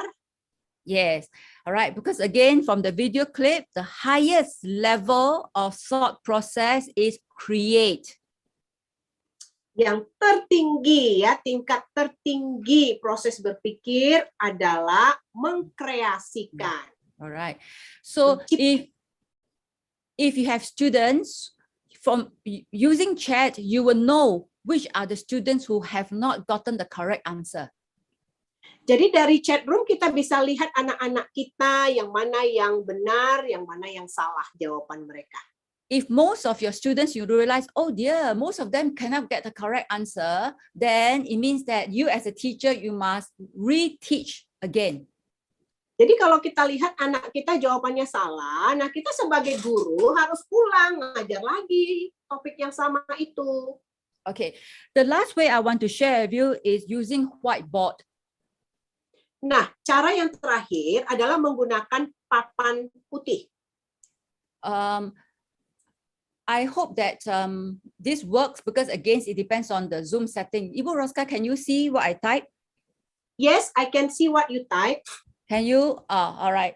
And then Ibu Rosca, can you see whether you can type? You try to type on my screen now, see whether it works. Or Okay, can I ask Ibu or Henny, any one of you, see whether you can now also type on my same whiteboard now. Try. I don't think can, You don't unless think can? Yeah. and the host can do the share screen together. Because if you're, Henny, you can try, all the co-hosts. If you're co-host, I think you should be able to. Can you all try? Ini bisa nggak yang co-host, coba diketik, bisa nggak ya yang co-host? I can't type. You can't, Can Henny, can you try? I cannot, Miss. You also cannot. I see. So it depends on the setting. Do you all know how to, let me see, oh, enable annotation. Okay, now you try. I just enable annotation. Oh, wait. Can? Yes, who did that? Joyce. Oh, thank you. Oh, yeah, now all of you can. Great, great. Okay, hold on. Oh, now it's all gone. Okay, never mind. So now I'm going to ask you a question. Then I will either call some of you to give me your answer, or I will invite students. All right. But let me go back to my question. You need to know my question first. Okay, my question is this. You have watched the video clip, right? What are the 4 dimensions of knowledge? Or in fact, now we can answer here. I don't even have to go whiteboard. Okay, can you type now? Anyone? I need 4 answers. The 4 dimensions of knowledge from the video clip. If you know the answer, can you, anyone, just type your answers now.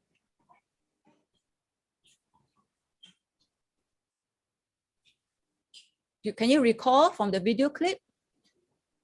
You have to choose, oh, a cognitive, great, great, chakra, cognitive. Oh, someone also wrote cognitive, great, great. That's the first one. Anything else? Besides cognitive? Actually, I think you all can, maybe I use this one. I go to whiteboard. Because whiteboard, you know what you all can do? You type here, text. Once you type text, yeah, okay, great. Then easier for you all to write. Okay, psychomotive, cognitive, affective, psychomotoric. Let me see. Actually, it's all incorrect, you know. Oh, yeah. Yeah. Okay, let me see. It's all incorrect. So I'm going to clear all. I clear all. Can you all try to think again? Okay. 4 dimension. So recall the video clip. Pengetahuan. What are they? Cannot remember. Cannot remember. Maybe I give you the first one, okay? First one is actually factual. In Bahasa is also, yeah, FAK. Factual. Okay, the first one. I give you the first one already. Anyone can give me the other? Ayo, Bapak Ibu, masih ingat nggak? I give you a clue. This was this is start with K. Next one start with P. This one start with M. Can you recall?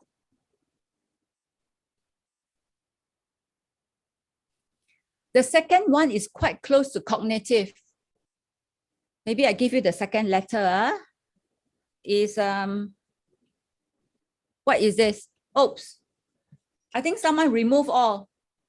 Yeah, so that's the thing. I think someone clear all. That's why. I don't know. Okay. So never mind. This is just an exercise. I give you the answer. Okay. The answer. I go back here. Easier to share the answer with you. Yeah, you can type here as well. is this one. Because from the video clip. Okay, yeah. So is factual, conceptual, procedural, and metacognitive. Okay, so maybe Ibu Roska, help me to translate. This is the fourth way. Get students to participate using whiteboard. Oke, ini yang 4 hal, artinya gini, kita minta anak didik kita itu aktif di dalam whiteboard, ya. Jadi ini tadi praktek kita seperti ini. Yang pertama faktual, konseptual, prosedural, meta-connective. So this way, you can also get students to use chat, but this is another way. It's called whiteboard, where the students can directly draw or write. Oke, tetapi ini kita menggunakan whiteboard, begitu. Oh yeah, I know now I read. Yeah, some of you choose to type your answers on chat. So yes, you got the correct answer on chat. Yes. Oke, beberapa kita ternyata menjawab di chat room. Benar, bagus sekali jawabannya. All right. So I've shared with you 4 simple ways for active learning strategies using Zoom. Ya, jadi saya tadi sudah memberikan ya, menggunakan Zoom kita bisa menciptakan pembelajaran yang aktif. There are actually other ways using Zoom, like breakout rooms, but because there are 88 of you, it's difficult for me to demonstrate using breakout rooms. Nah, cara yang lain adalah menggunakan breakout rooms, ya. Tapi untuk hal ini mungkin kita tidak praktekkan sekarang karena kita ada beberapa ya di dalam. You can also use many resources. I know that for TIC or Sing Your English, you also use like Mentimeter. Kita juga bisa menggunakan Mentimeter contohnya ya di Sing Your English atau di TIC kita gunakan Mentimeter. Or Kahoot. Kahoot is, I don't know whether you use Kahoot as well, where it's a free. Yeah, we do use Kahoot, yeah. Yeah, that's right. Or I use a lot of Padlet. Padlet is another way, online platform. Saya juga menggunakan Padlet ya, itu cara lain secara online, pengajaran secara online. So basically is you can still promote active learning through online teaching. Artinya apa? Melalui online teaching pun kita masih bisa mempromosikan pembelajaran yang aktif, begitu Bapak Ibu guru. Okay, and if you want to have more ideas, these are some recommended references, online resources for you. Jadi kalau kita perlu, ini ada beberapa rekomendasi dari saya, ya boleh diklik untuk mendapatkan beberapa active learning. So I've come to the end of my workshop. Today I've shared with you what is active learning. Jadi saya sudah paparkan tadi ya, apa itu yang artinya active learning, pembelajaran aktif. And I've shared with you some active learning strategies. Dan saya juga bagikan beberapa strategi untuk menciptakan pembelajaran yang aktif. Alright, now I think it would be good to have some time for Q&A. If you have any questions, I'll be very happy to answer your questions. Kalau ada pertanyaan, silakan. Oke, kita serahkan waktu kepada Henny. Wah, waktunya panjang. Wow, thank you so much, Mrs. Dr. Shalin Tan and Ibu Roska Homincoy. Tidak terasa waktu dan kami juga terima kasih sudah menambah ilmu kami sebagai seorang guru. Dan saya percaya Bapak Ibu juga mempunyai banyak pertanyaan yang ingin diajukan. Namun sebelumnya Bapak Ibu, ada baiknya kita berfoto ria terlebih dahulu dengan senyuman yang manis. Untuk sesi pengambilan foto akan diambil oleh ahli Bapak Leonardo Sitanggang. Kepada Bapak Leonardo, kami persilakan. Baik Ibu Henny, Bapak Ibu sekalian, Ibu guru yang tercinta, sebelum kita masuk kepada sesi tanya jawab, mari dulu kita sama-sama membuka kamera dan sambil kalau bisa tersenyum lebar sebagai lambang sukacita kita pada hari ini karena kita sudah menerima pelajaran. Oke, baik juga kita mengambil tombol reaction love seperti ini Bapak Ibu supaya kita lebih kompak. Ya. Ya, baik Bapak Ibu, saya akan ambil dari sini. Ya, sekali. Baik, sekali lagi Bapak Ibu.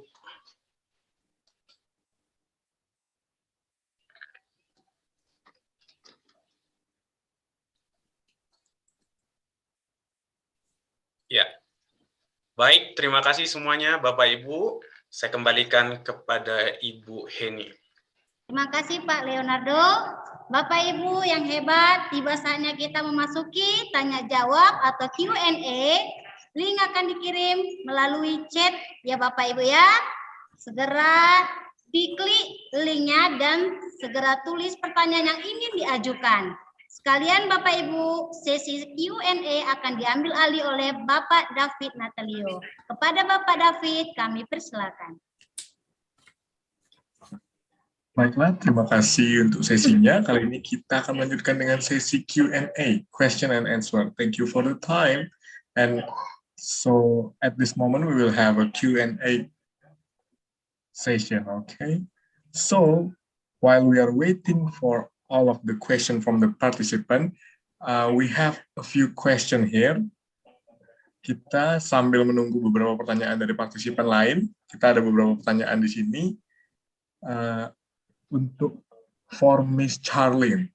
So the first question is, in Indonesia, bagaimana pembelajar aktif itu dapat dilakukan di kelas dengan efektif dan efisien? Oke, untuk translate saya persilahkan untuk Ibu Roska.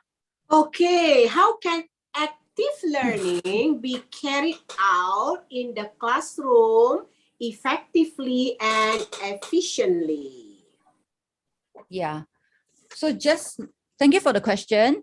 And just now I've shared with you some strategies which you could use in the classroom as well as online. Terima kasih untuk pertanyaannya. Tadi saya sudah paparkan beberapa strategi yang kalian boleh gunakan di kelas, baik offline maupun online. Ya, jadi ingat-ingat apa yang sudah dipelajari tadi ya. So for example, we talk about using mind maps is something that you can do in the classroom. Contohnya, tadi salah satu contoh mind map. Ya, boleh kita pergunakan itu di kelas. Yeah, you can get many mind map templates online for free. Bisa kita dapatkan mind map itu secara free di online. Or you can get the students to do case studies, do a project. Boleh melakukan kasus studi dengan melakukan project. Or just now I talk about using the hands, the thumbs and all that. That is something you can do in the classroom. Seperti lagi tangan, jari ya, jari 1, 2, 3 atau yes or no ya, begini itu pun bisa disebut sebagai pembelajaran aktif yang bisa dilakukan secara efektif dan efisien. Remember just now I wanted to show you how you can replace the mini whiteboard with something that is more that doesn't cost a lot. I want to demonstrate for you now. Oke, ingat nggak tadi saya berbicara tentang whiteboard yang kecil ya, yang bisa dibeli tapi kan mahal ya. Kita bisa buat sendiri. Contohnya akan saya demonstrasikan sekarang. Oke, David, can you remove your share screen now? Oke. Yeah. So you just get the students to have one piece of paper. Jadi kita bisa minta murid untuk mengeluarkan satu lembar kertas. So and each corner you get them to write a letter. So a number. So it's 1, 2, 3, 4. Jadi masing-masing kita suruh anak didik menuliskan angka 1, 2, 3, 4. Yeah. So when you ask the student a question, it's a multiple choice questions and there are 4 options, 1, 2, 3, 4. Jadi kalau kita memberikan pertanyaan multiple question ya, atau pertanyaan berganda, kita tulis jawabannya di situ ya, 1, 2, 3, 4 di kertas itu. And you want everyone to respond. You say that what do you think is the answer? On a count of, you give them some time, and then you say on the count of 1, 2, 3, everyone will show the answer, but pointing the top part is the choice. What they think the answer is, yeah. Anak-anak itu bisa kita kasih pertanyaan ya. Kemudian kalau jawabannya contohnya yang benar 1 ya. Jadi kita hitung ya. 1, 2, 3 ya. Kemudian mereka menunjukkan jawaban yang benar. Yeah. So if let's say I think the answer is 3, when you say 1, 2, 3, I will point to you 3. Yeah. Jadi kalau jawabannya 3, nomor 3 ya, contohnya di dalam benak mereka ini pasti nomor 3. Jadi ketika ibu gurunya berkata, oke anak-anak jawab 1, 2, 3, mereka tunjukkan kertas yang mereka sudah buat itu. Yeah. Okay. Or another way is if you want them to write their answers instead of whiteboard, you can use a lot of plastic clear folder. Oke. Kita juga bisa menyuruh mereka untuk ngumpulin ya folder plastik, jangan dibuang folder plastik. Itu bisa kita pakai untuk active learning. Yeah. So for example, if you use the plastic folder, again you say 1, 2, 3, they will show you the answers. Jadi kalau jawabannya apa, mereka bisa tulis di plastik itu ya, di kertas plastik itu jawabannya apa begitu. But the plastic folder they write using the erasable marker. So after that, they can just erase it and reuse. Jadi anak-anak kita minta lah ya beli eraser, spidol yang bisa dihapus begitu. So these are the makeshift, cheaper options which you can get every students to participate. Jadi ini cara yang murah meriah untuk bisa membuat anak didik berpartisipasi waktu belajar. Alright, I hope that answer your question. Saya harap pertanyaan ini bisa terjawab seperti itu ya. Wah, jadi kita perlu kecerdasan ya sebagai guru, ide macam mana ya supaya anak-anak ini bisa berpartisipasi waktu kita mengajar. Oke, David, any questions, Vic? Oke, Bu. Ada pertanyaan selanjutnya. Pertanyaan selanjutnya ini sudah berbahasa Inggris, Bu. Bisa langsung Oke, dibaca. wonderful. Alright. I'm teaching a small group because I'm doing homeschooling. It's a little bit difficult to ask the students, especially primary school students, to grade other students' work or give opportunity. How to solve this, Dr. Charlene? Okay. First of all, I wonder whether the students have access to Wi-Fi and to Zoom. If they have, then that will be the common point for them to meet virtually. Oke, saya tidak tahu apakah muridnya ya punya akses Wi-Fi supaya mereka sama-sama melakukannya secara bersama-sama. Because once you have, for example, Zoom, the students can grade each other's work through share screen. They can share screen and they can use the whiteboard function. They can use chat. Then they can comment on each other's work. Jadi mereka itu bisa belajar share screen di Zoom untuk bisa berbagi apa yang mereka sudah lakukan. Or maybe the problem is because they are too young, they couldn't do the share screen, Dr. Shirley? As in like the students are too young, they don't know how to use a share screen, is it? Could be, yes. Then they need to you need to involve the parents. You need to have an adult, to guide their children. Oke, jadi kalau muridnya masih kecil, tidak pintar share screen ya harus minta tolong mama, kakak, koko, cece ya untuk bantu begitu. Yeah, I hope that answer your question. If not, please let me know what else, to tell us more so that we know how to help you. Ya, jadi semoga bisa terjawab. Kalau masih belum terjawab, ya boleh kontak langsung Ibu Dr. Charlene ya. Oke, baik. Terima kasih, Bu. Kita mark as answered. Oke. Pertanyaan selanjutnya. Langsung berbahasa Inggris, Bu. How should we use limited time of teaching with the most attractive learning? Okay. So it goes back to what is the learning style? What is the best learning style of what is the best teaching that meets the learning style of your students? Nah, kembali kepada apa cara yang terbaik dalam kita mengajar ya pelajaran itu. For example, most very young children, they are visual learners. They need to see to help them to learn.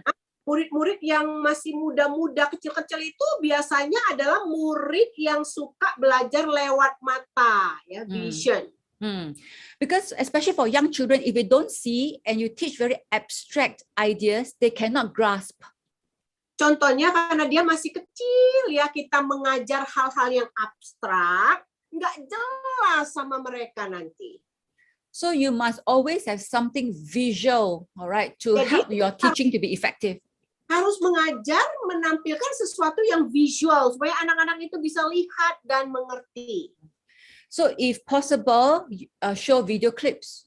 Kalau possible, coba tunjukkan video klip sama murid yang masih kecil-kecil. Or you can bring objects to the classroom. Atau kita bisa bawa sesuatu objek ya di kelas.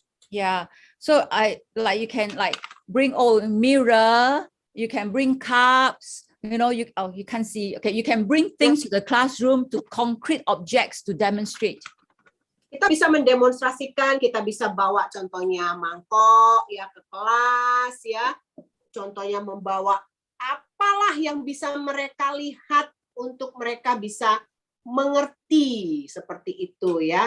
Bisa bawa botol air minum, bisa bawa mangkok ya, bisa bawa cap rambut, kita bawa tempat biskuit, apa aja lah dibawa untuk bisa link dengan pelajaran kita. Yeah, okay. And I know that the question is limited time of teaching. I know that you don't have a lot of time. Karena artinya kan kita limited banget ini waktu yang diberikan untuk mengajar, sedikit sekali. Jadi pakailah sesuatu yang bisa anak-anak melotot dan mengerti. So as a teacher, you must plan your lesson first. You must ask yourself, if you have 5 minutes, 10 minutes to teach, how can you plan it in such a way that you use something visual and then you explain it very clearly with examples so that your students understand it within that 5 minutes, 10 minutes. Jadi kalau kita ini sebagai guru ya, harus tahu dulu buat perencanaannya. Aku mau mengajar cuma 5 menit nih loh. Gimana caranya? Jadi kita harus rencanakan semaksimal mungkin sehingga waktu 5 menit ini pas anak-anak bisa diterangkan dan mengerti gitu. And I would suggest you use the model that you learned just now with the 4 components. Jadi saya berikan suggestion ya, ide, coba pakai yang ada komponen-komponen tadi itu loh yang warna merah, kuning, biru. Nah, seperti itu. So first of all, get them to observe. Observe means learn. It can be through a video clip, through your lecture, but observe. Jadi suruh anak-anak itu mengobservasi dulu. Contohnya bisa saja lewat video klip yang sudah kita siapkan atau kita sendiri mengajar mereka observe dulu gitu. So maybe that will take 5 minutes or 10 minutes. Atau mungkin itu 5-10 menit kejadiannya ya, videonya dan lain sebagainya. Then number 2, remember, is to do. They need to do something to answer your question. Yang kedua, mereka harus lakukan sesuatu, buat pertanyaan supaya anak-anak jawab. So that will take maybe just 5 minutes. Mungkin itu 5 menit ya, jadi udah 15 menit. Then the third one is self. They need to reflect, think about their own experience, think about what they have done. Yang ketiga adalah self, pengalaman mereka sendiri, apa yang mereka sudah lakukan, mereka bisa bagikan. So for example, they can self means they check their answers, what they have written, any mistakes, or you can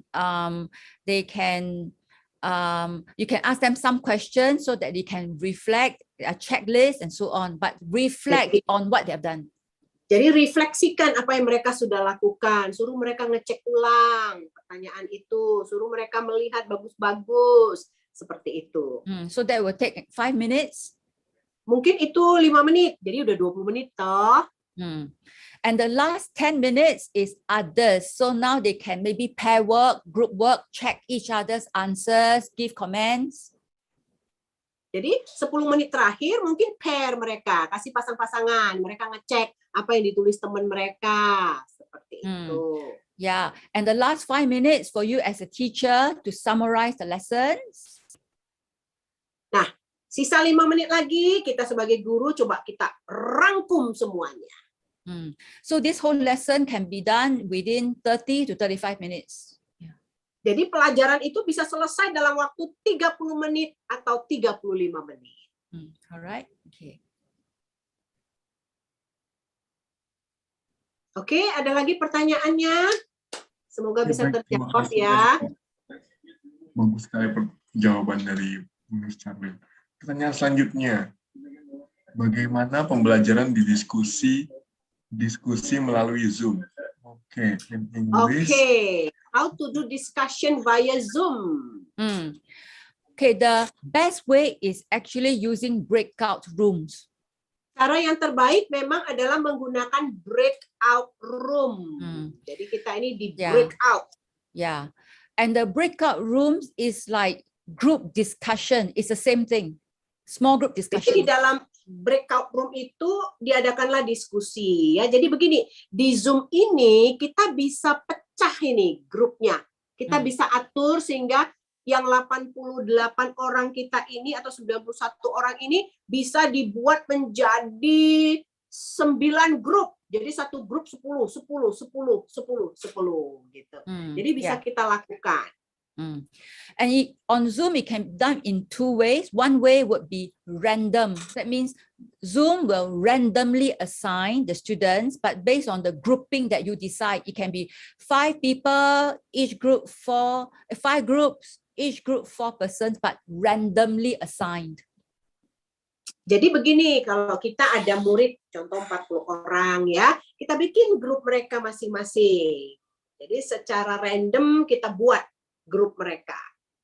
The other way is pre-assigned. That means you as a teacher, sometimes you want to deliberately group certain students in the same group, maybe because high ability students in one group, middle abilities, low abilities, I mean, for whatever reason, then before the Zoom session, you already pre-assign. It can be done on Zoom. Oke, berikutnya apa? Kita kan tahu nih murid-murid kita mana yang pinter, mana yang agak nggak pinter, mana yang nggak pinter banget ya. Nah kita grupkan mereka sebelum kita masuk ke Zoom class begitu. Alright.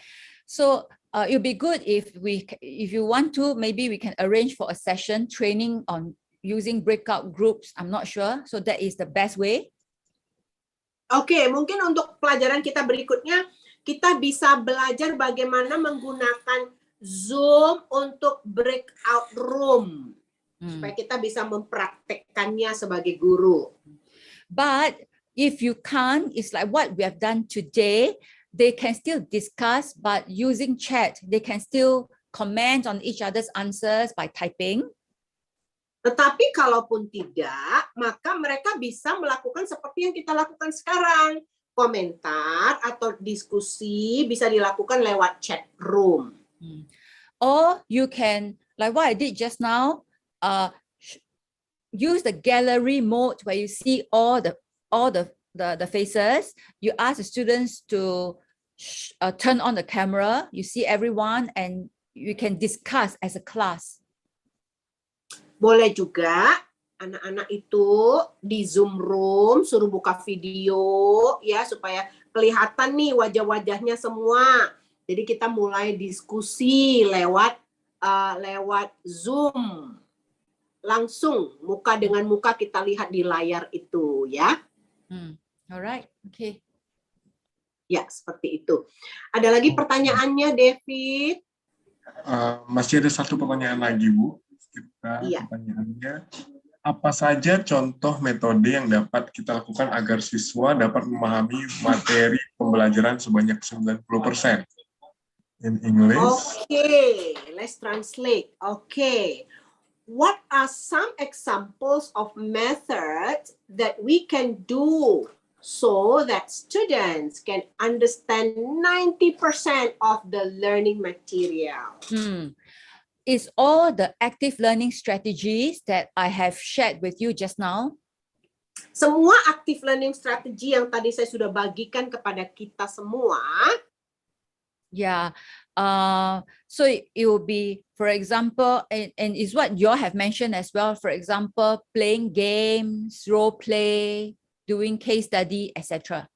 Ya, jadi semua yang sudah dipaparkan tadi itu bisa menjadi metode supaya anak-anak bisa mengingat 90%. Dan juga yang kalian sudah paparkan di chat room seperti play role game ya dan lain sebagainya. Itu bagus, play role itu bagus banget ya. Apalagi kalau kita sedang belajar sejarah contohnya.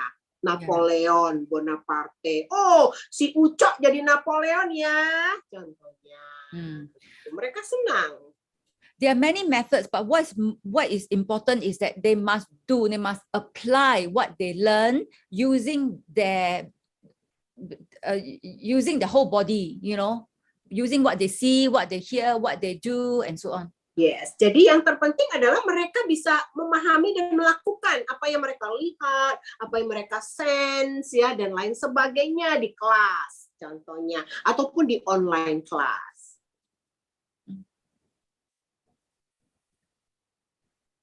Ada lagi, Pak David? Oke, baik. Terima kasih, Bu. Kita masih ada sisa 2 menit, tapi kita bisa lihat satu pertanyaan lagi ya, Bu, ya?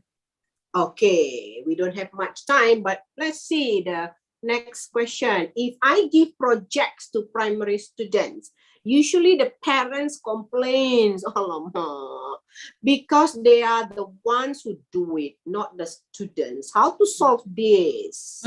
Okay, all right. First of all, it's important to know why are the parents doing it and not their children. Why? Pertama kita cari tahu dulu kenapa mama bapaknya disuruh mengerjakan proyek, tidak anaknya. Kenapa sampai terjadi begitu?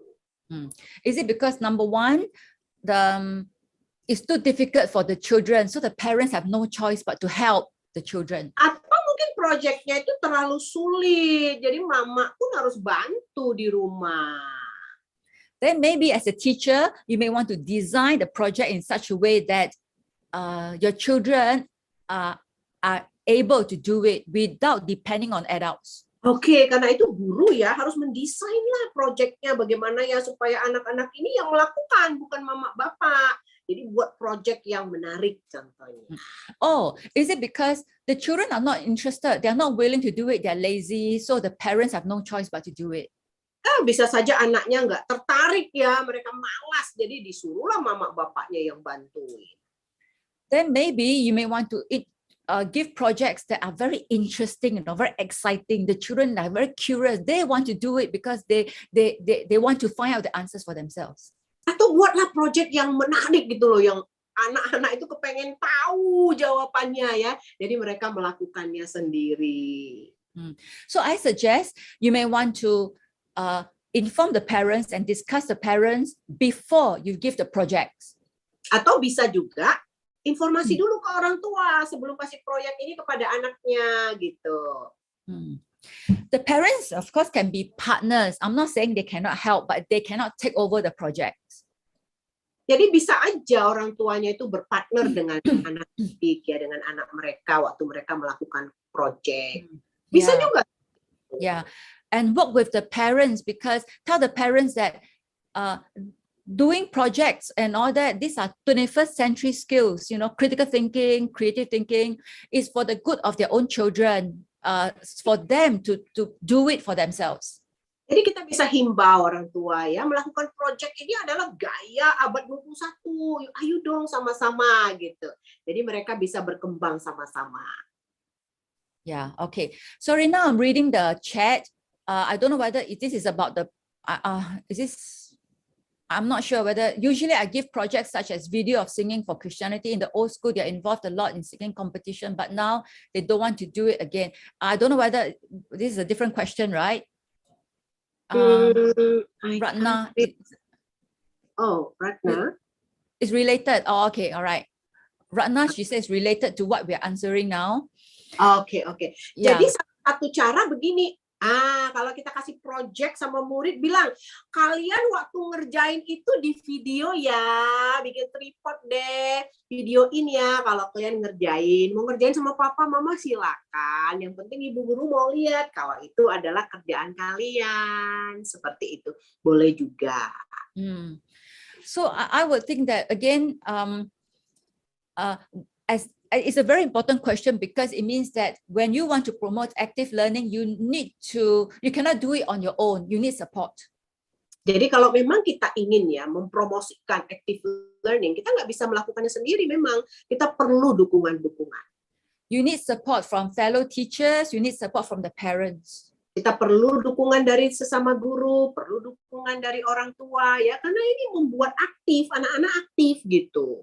And you say that they don't want to do it again. So I don't know who are the days. So again, you need to have we call buy-in. Buy-in. That means everyone are keen. Your students, their parents, your colleagues, they are all involved in this project. Jadi kita ingin ya semuanya menjadi aku suka gitu. Jadi proyek ini benar-benar orang tua juga, murid juga melakukannya. Jadi kalau udah selesai proyeknya mungkin punya ide begini nih Bu Ratna, boleh ditayangkan tuh hasil mereka. Mungkin mereka jadinya suka. I want to now, since I'm reading chat, Ibu Roska, I'll go back to the previous question about homeschooling because Ratna, she actually elaborated. So I will read. She said, about homeschooling, I mean the students is a bit passive when we want them to ask each other. They have Wi-Fi at home. So it's not about Wi-Fi, it's about technology. It's about students being very passive when they have to comment on each other's work. They just repeat other students' answer. They don't want to create a new answer. So I will respond first, then maybe Ibu Roska, then you translate for me. Yeah. Ratna speak. Ratna understands English. Yeah. Oh, okay. All right. Okay. So now it seems that you need to help your students to know how they can comment on their classmates' answer. That means it is not an automatic skill. Just because you ask your student, comment on your classmates' answer, it doesn't mean they know how to do it. It's a skill that they need to learn. So meaning you need to scaffold them, their learning. How? I suggest you give them, for example, checklist or guiding questions that if you want to comment on another student's answer, what kind of questions, what kind of pointers, what kind of criteria are we looking for? So you need to give the student a checklist or guiding question so that they'll say, okay, critique. Maybe the first point, let me look at the grammar. Okay, grammar. Okay. Second point, look at the content. Or the third point, I look at my friend's answer. Is it logical? Is it coherent? You need to guide them. So it's called scaffolding. So with practice, then you help your students to gain confidence in commenting on each other's answers. Okay. Yeah. Oke, Ibu Ratna, ada satu persoalan sedikit ya tentang homeschooling ya, bagaimana merespon di Zoom. Jadi Ibu Shalin tadi sudah memaparkan kita harus berikan guideline bagaimana murid itu bisa memberikan komennya begitu. Contohnya grammarnya udah bagus belum? Isinya udah oke belum anak-anak? Nah, dikasih guideline sehingga mereka bisa excited untuk memberikan komen mereka seperti itu. Oke, waktunya udah jam berapa ini, David? Ya, Bu.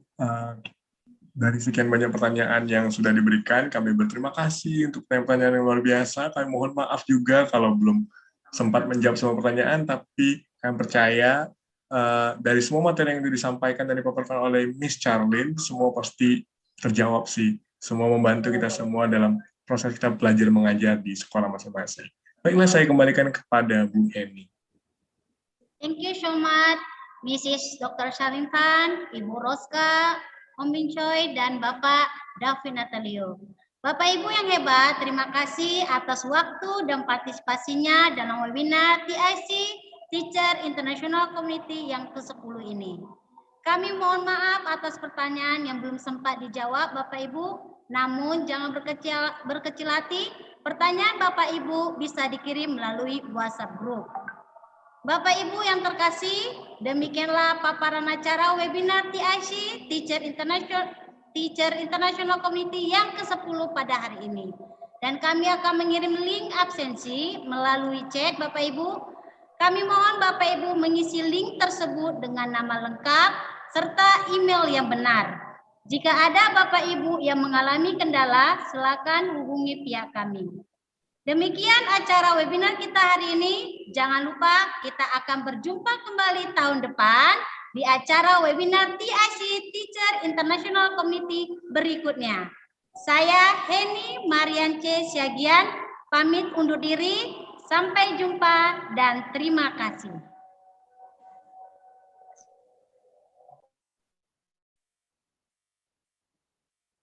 Ya, waktu kita serahkan kepada Miss Cakra. Miss Cakra, di manakah dirimu?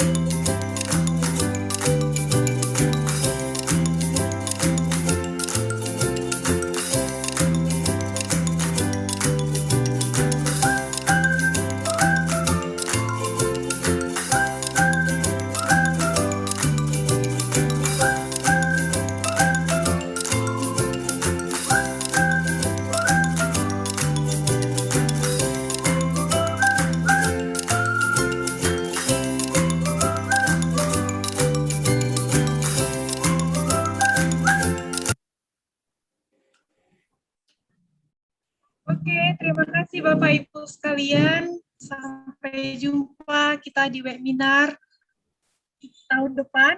Jangan leave dari grup karena semua informasi mengenai webinar itu ada di dalam grup. Terima kasih atas kehadiran Bapak Ibu sekalian. Terima kasih Ibu Elvira. Saatnya kita bisa sapa-sapa Bapak Ibu sekalian. Halo Ibu Elvira. Belum dibuka suaranya ya? Unmute dulu Bu. Udah. Itu Leo sudah bisa stop streaming ya. Halo Ibu Roska. Halo. Terima kasih. Terima kasih. Ibu Roska. Terima kasih. Jangan lupa untuk mengisi link absensinya Ibu. Ya. Jangan lupa untuk mengisi link absensinya ya Bu. Nama dan emailnya yang benar. Terima kasih Bu Roska. Thank you Bu Roska. Luar biasa. Hebat sekali. Sampai jumpa. Selamat Natal. Dr. Charlene, thank you so much, Dr. Charlene. You're welcome. You're welcome. Thank you, Dokter. Nanti kalau sudah nggak ada COVID, kita kunjungan ya ke tempat teman-teman di NTT. Thank you so much. Terima kasih banyak. Ibu Herli, Bu Herli. Saya di Batam, Bu. Oh, mantap. Sama kita orang Batam. Mantap.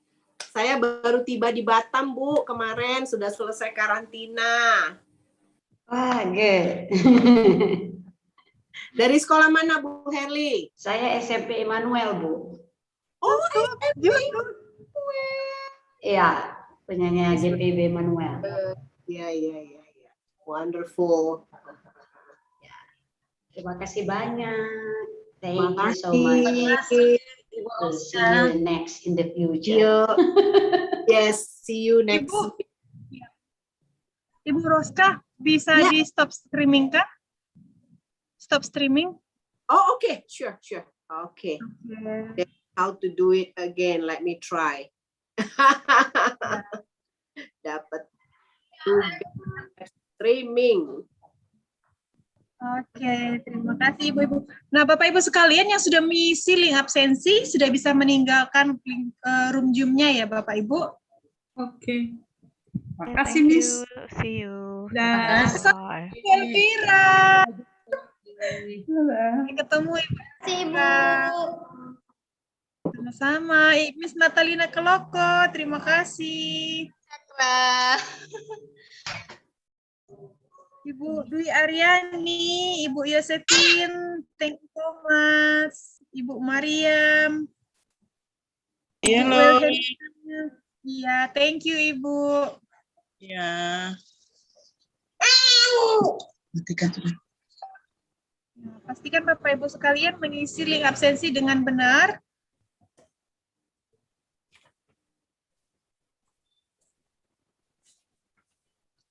Dan Ibu atau Ibu buat saya host aja Ibu.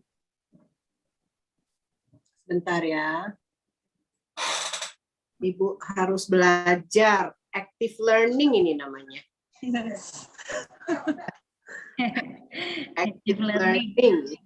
Ih, sepertinya kurang pinter. Ya udah, Ibu Roska kasih sama Cakra ya supaya bisa di stop.